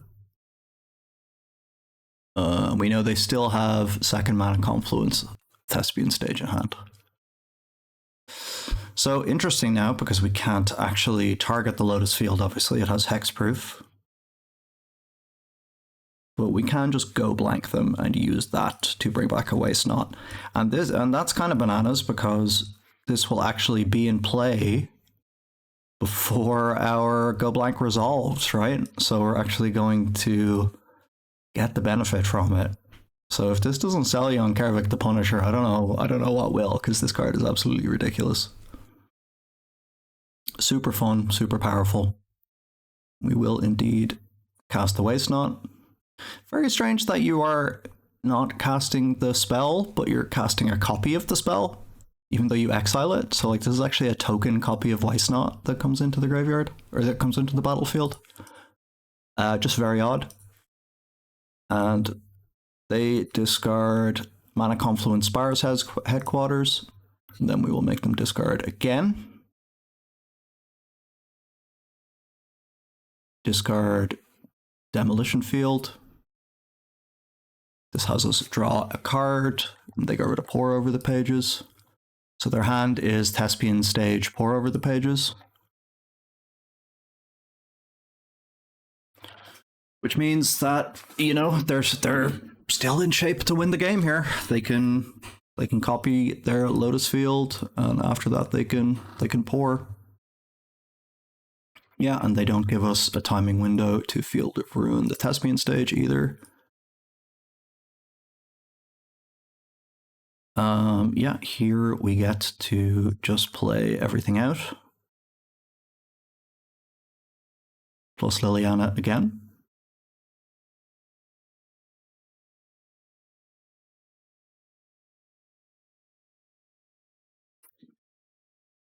And double Waste Not, that lets us draw 2 cards.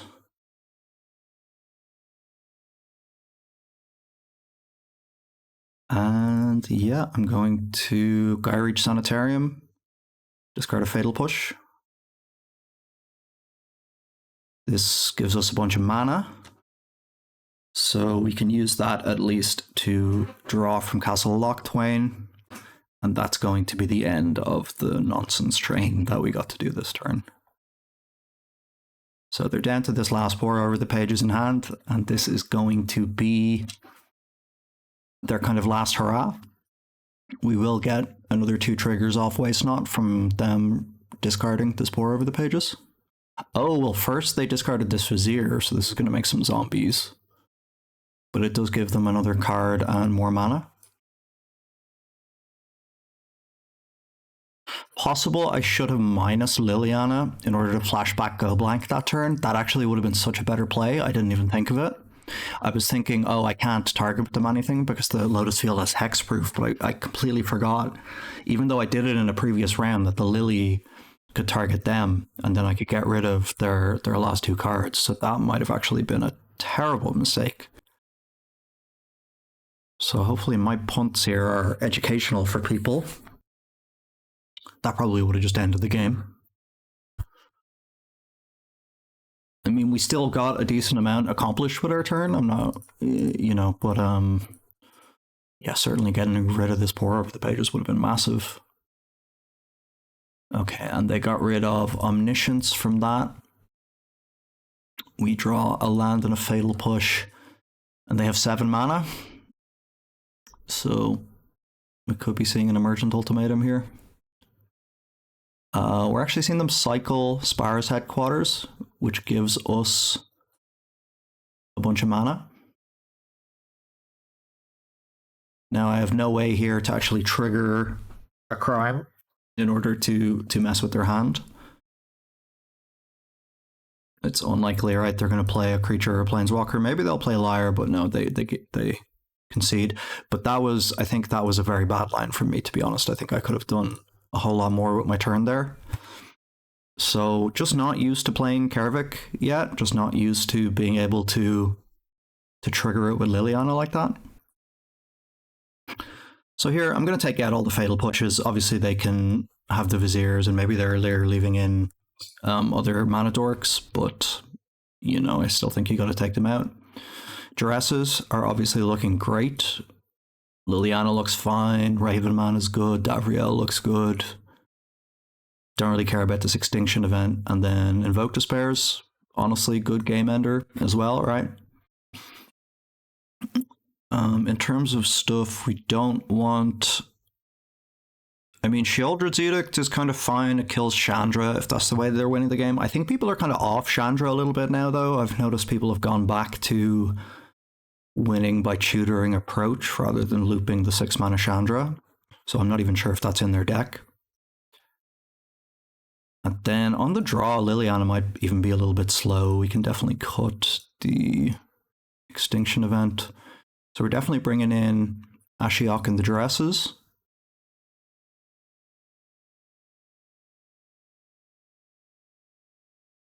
I would say we don't need Go for the Throat. And you know, I'll say we don't need the edicts. I say we can cut all those. And then let's bring in the Bank Busters, the Invoke Despairs. Maybe a Raven Man. Honestly, like Raven Man 2-drop, just put a little bit of pressure on. Doesn't get through Grazer though, which is annoying. But we don't really care about Grazer apart from that. And then, am I happy with all the other cards? I think I probably am. Very interested to hear if anyone has comments on my boarding here, you know? I'm not really sure what I'm doing, to be honest, in this matchup. Maybe this is too many Bank Busters. But I don't think so. Let's run it back like this and see how it goes. These all seem like good cards against them, so even if it's not optimal, it doesn't seem like too big of a mistake. So we have a Waste Knot, but we have 2 Field Ruin effects. But we have no Disruption. Kaervek doesn't actually really do anything yet. I'm maybe still inclined to keep this on the basis of having these Field Ruin effects. So we have so many draws to some kind of disruption. I'm going to keep it. You know, on the draw, I feel like you're a dog anyway. They mulliganed. The games get a little bit slower post-board, so maybe this is fine to keep. Maybe I'm supposed to be boarding out a couple of Waste Knots against them, honestly. I don't know. Okay, they're starting with 6. We have Forest, no Grazer.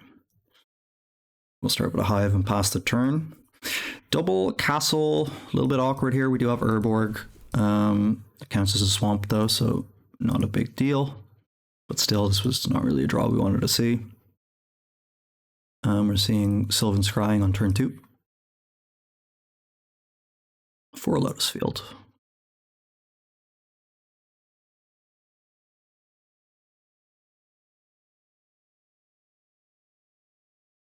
So, gotta just get the Waste Knot into play. I don't think there's any argument for playing Bankbuster here.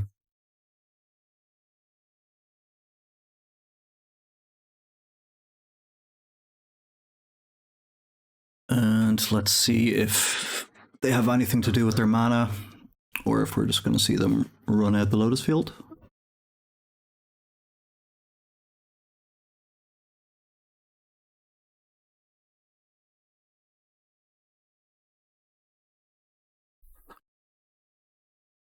Definitely not the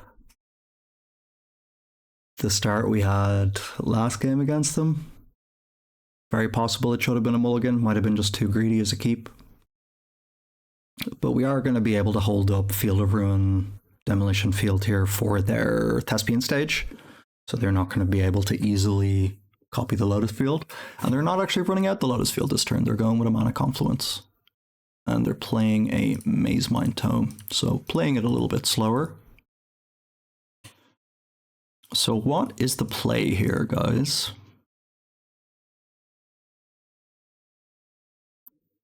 I'm trying to think, is there any reason to play Swamp over Urborg? I don't think so. And now, do we just run out Kaervek? Or do we hold up Field of Ruin?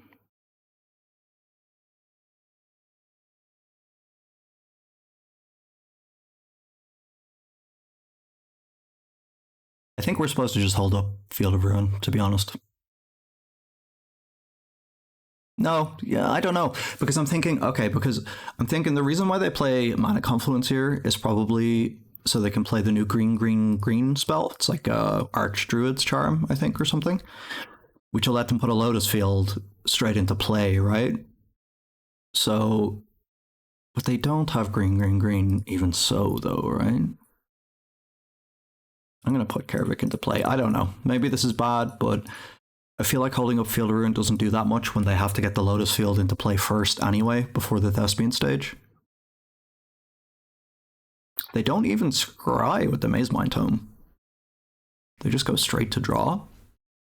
Don't use it at all. I love this Mazemind Tome art. I have these in paper.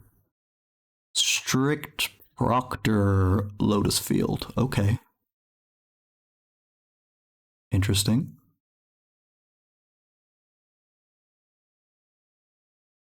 Okay, found another waste knot.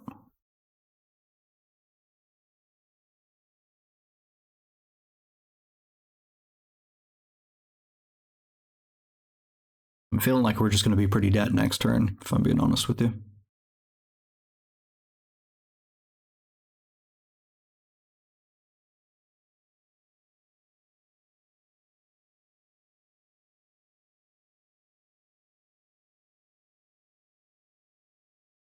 I don't know. Let's just get another ice knot in play and attack. I don't know. I feel like we're pretty screwed here, no matter what. We can play Bankbuster as well. Again, like leaving up Field Ruin here, I don't know what it really does. Maybe the opponent will be so tilted by our mismatched waste knots that they'll screw up. Okay, they do choose to use the Scry this time.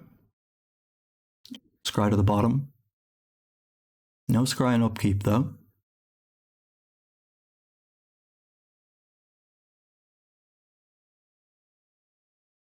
This doesn't really affect anything in our deck, I don't think, right? Don't really have ETB triggers. Okay, and they play another Mana Confluence, and they're getting in on us for a damage. So, what is in the opponent's hand? Is my question.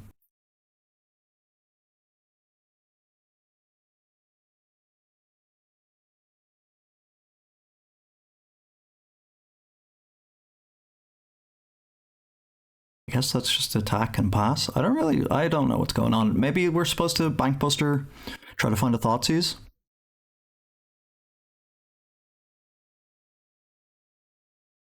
I know that these strict Proctor versions used to be more kind of controlling and play discontinuity and sweepers and stuff like that. I think nowadays it's basically just the regular Lotus deck, and it's just jamming a bunch of these in.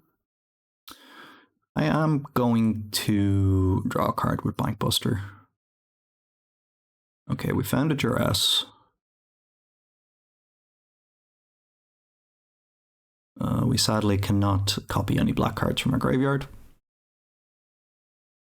But let's see what happens here.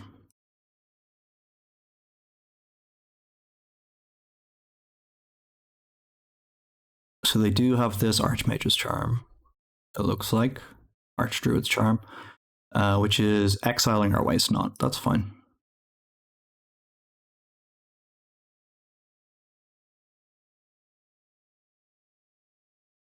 And they have another response, it looks like. Another one? Pitbull? Mr. Worldwide? Yeah, exile both our waste knots. Okay, so we can't get those back with Kaervek. We do get to take their last card, which is a Sylvan Scrying. I guess let's just play out another Bankbuster. So they have a Maze Mind Tome. We have two Bankbusters. Again, they're not using Maze Mind Tome. I suppose they're just waiting to see what they draw, and then they're just going to draw with it. They're cycling first. Okay.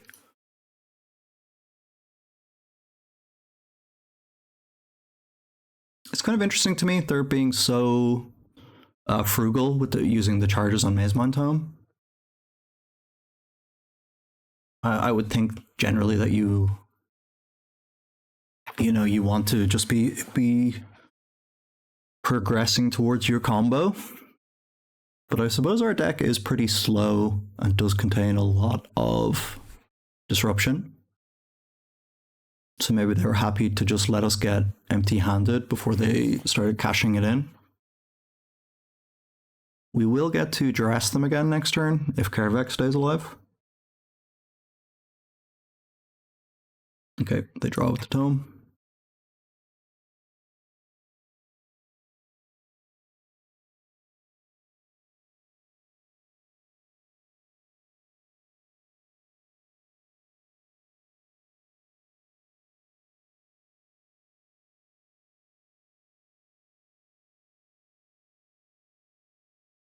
And we got another Lotus field coming into play with no downside.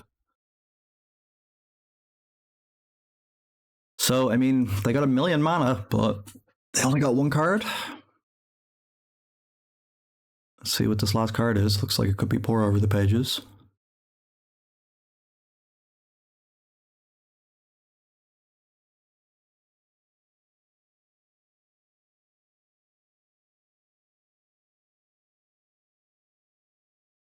It is granted from Fae of Wishes.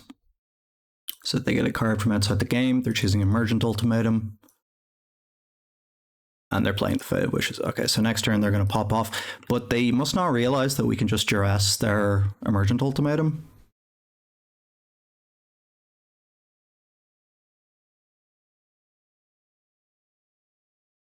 So what's the best way to actually do it?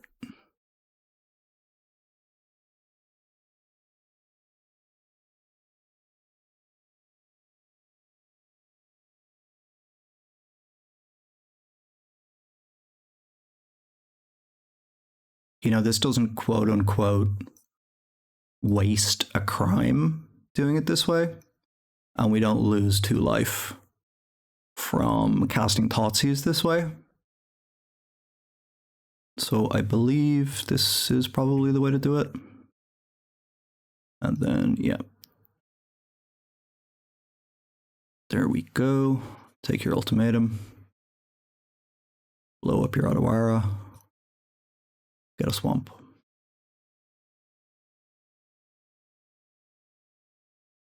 And we still have a land drop here. And they failed to find. Is this their only basic? That's pretty wild. So I think we want to crew with Kaervek.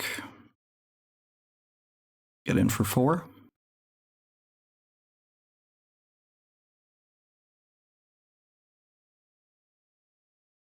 And you know, I completely did this the wrong way, because if I had done it the other way around, I would have been able to draw step, Thoughtseize them.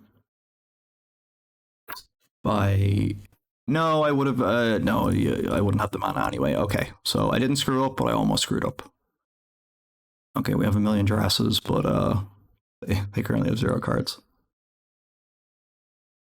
Yeah, because I would Demolition Field them, but I actually would have 0 mana remaining when the Kaervek trigger resolved, so I wouldn't be able to do that. But next turn, I will be able to do it, no problem. I just have to cast one of these to put it in the graveyard, and then I will be able to use Demolition Field to do that. See what their draw is. You obviously have the Maze Mind Tome as well for another draw.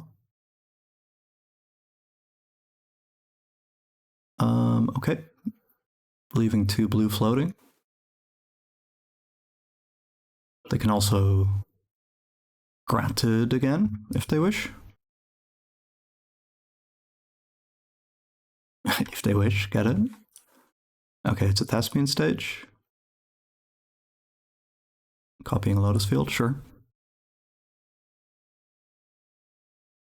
And they got 5 mana, so if they got Pour Over the Pages here, this is pretty serious.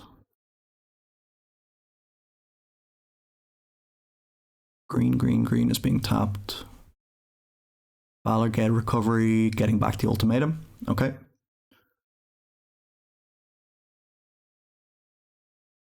So we can just take that again, unfortunately for them.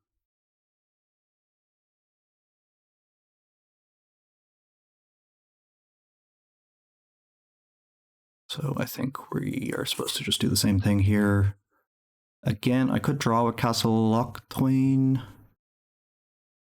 There's no point attacking with the Hive because they can just double block.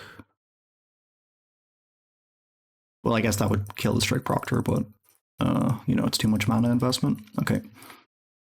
Strict Proctor goes down. Let's play a Field of Ruin, set a stop on their draw step. And we will start by addressing them. We will not use Kaervek's ability.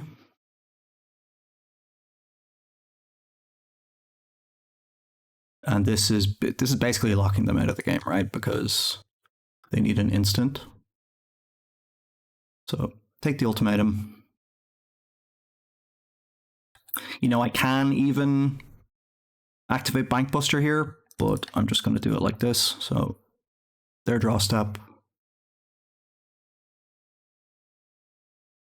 Commit a crime.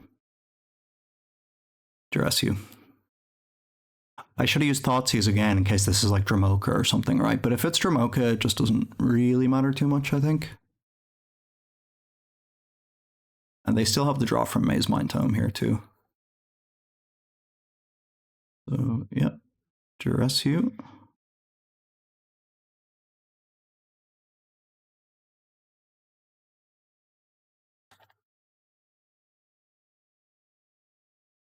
And it's a Thespian stage. Okay.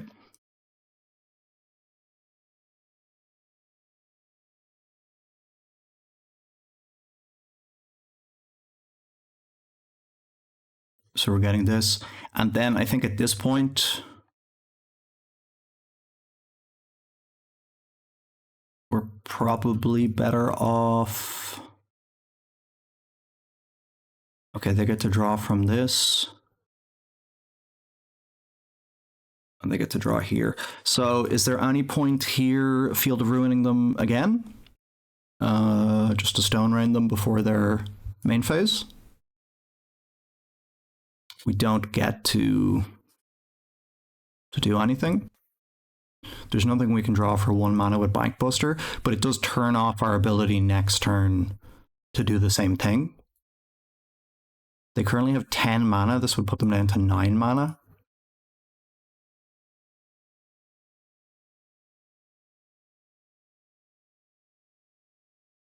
I'm going to do this now because I feel like next turn I can draw with the Bankbusters. I can draw with Castle Lock Twain. I have 1 Thoughtseize to cast at least, you know, and I have multiple attackers maybe. We just have a lot we can do, I think, next turn.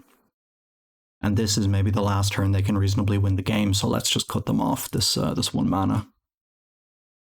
I think is the play. Let's see what they drew. Let's pour over the pages.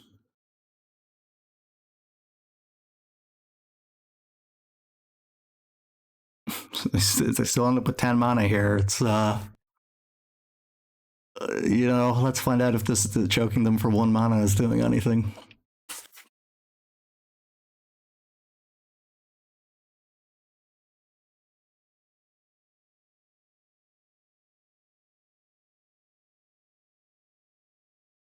This is a lot. Hidden Strings.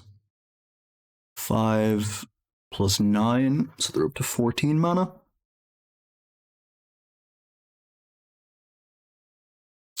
Play a Liar, and I presume this is lethal.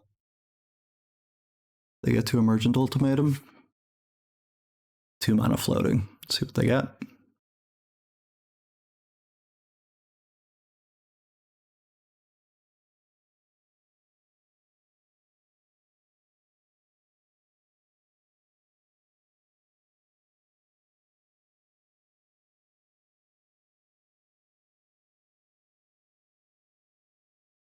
And they do have Chandra. Okay, so that is good to know about.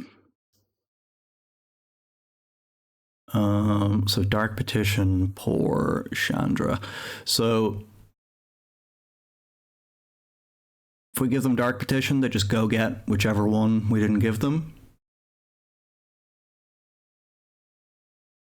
But they can't actually cast pour over the pages, but they can just Hidden Strings, so untap all their stuff again.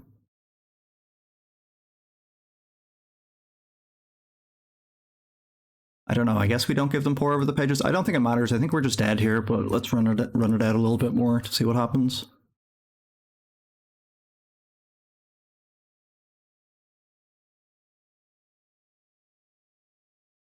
So they are casting this. And they get 2 Dark Petition, get some extra mana. I think this is just dead, right? Because they can Chandra, get back, Balaged recover. Oh no, they need a Balaged recovery in hand. So yeah, they can get a Balaged recovery, and then they can just keep getting back 2 things or whatever. Is that how it works?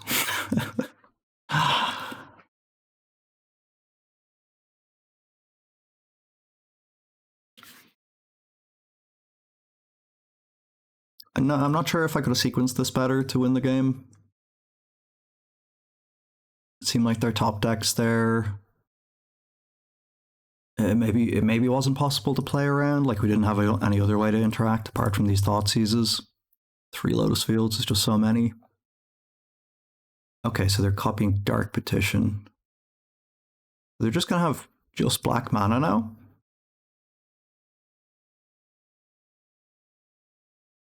Which means they can't actually cast any flashback cards, right?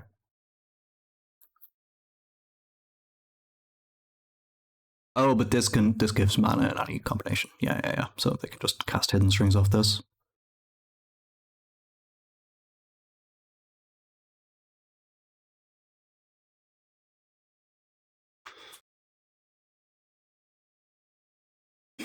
Yeah, they had their mana.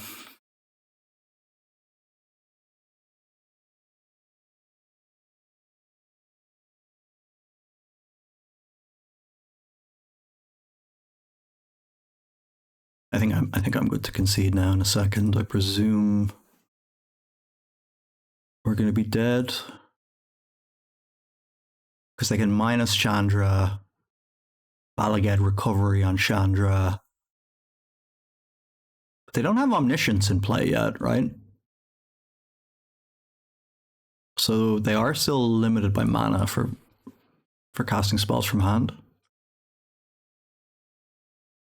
And this is their last untapping spell that's available to them in the graveyard.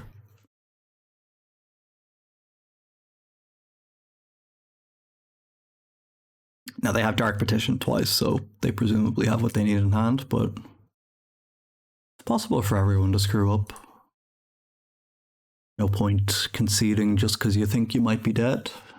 This is a complicated situation. Okay, they're bringing back Fave Wishes to hand. So are they just going straight for approach?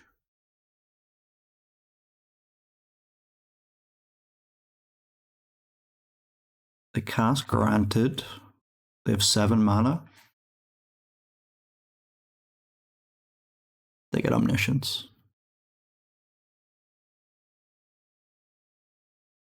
They don't... Oh, and they have a Hidden Strings in hand. Okay, so this is 5 up to 11.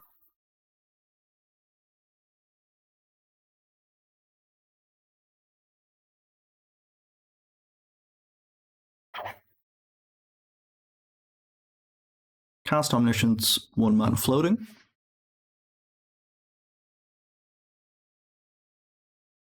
And there's a Pour Over the Pages. So I think this now kills us. Because they can flash that back, flash the Hidden Strings back. Just get more stuff from the graveyard, yeah.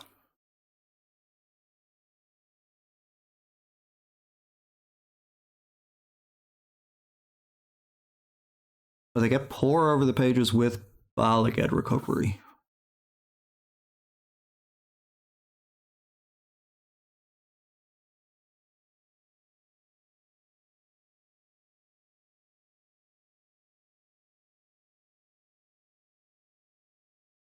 Bounce this back to their hand. They get to cast Granted again.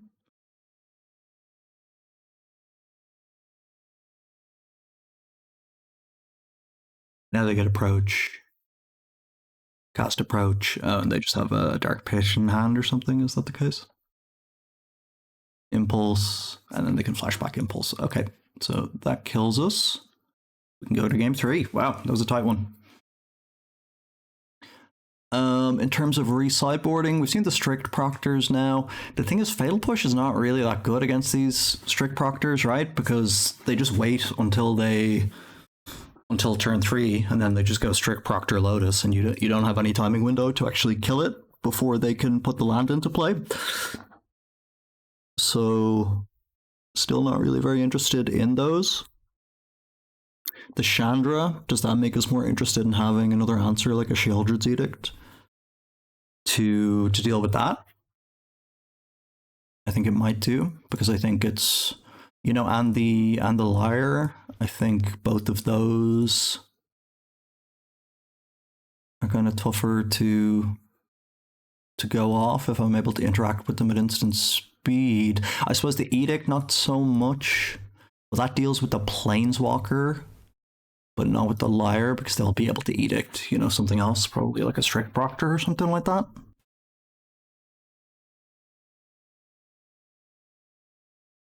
So let's bring in the Go for the Throat. Let's just have 2 answers there, one for the Planeswalker, one for a specific creature as well. And we'll be on the play this time. Okay, hand looks pretty great. Another black source, obviously very necessary. But start with a Thoughtseize, we got a Bank Buster, maybe we just get to blast off then with a Go Blank on turn 3 or Liliana. And the opponent mulls to 5. This is the thing about Lotus, you get some super awkward opening hands. Opponent is on the mull to 4, wow. We have seen our opponents, it's a mull to 3, we've seen our opponents have some serious opening hand issues in this prelim. So sometimes it's your day. Okay, and that's unfortunate. They decide not to play the final game at all. And I don't know, we're 3-1 in the prelim. Pretty good result for the deck. I feel like Kaervek really performed above its weight class. I think this card, the reason why I was interested in playing this deck again was I thought this card came across as very impressive. And I think this showed it. I think the combos with, you know, Field of Ruin and with 1-mana Disruption and getting to like chain these spells into each other, especially with Wasteland or Waste Not, you know, providing you mana if you go blank them, you know, and then you can just keep going. Very powerful. Again, I would be interested in adding probably Unlicensed Hearse to the deck in some capacity, just to have more ways to trigger Kaervek for free. But that's going to be the video, guys. Hope you enjoyed it, and please like and subscribe. It'll help the channel a lot if you enjoyed the video. Thanks.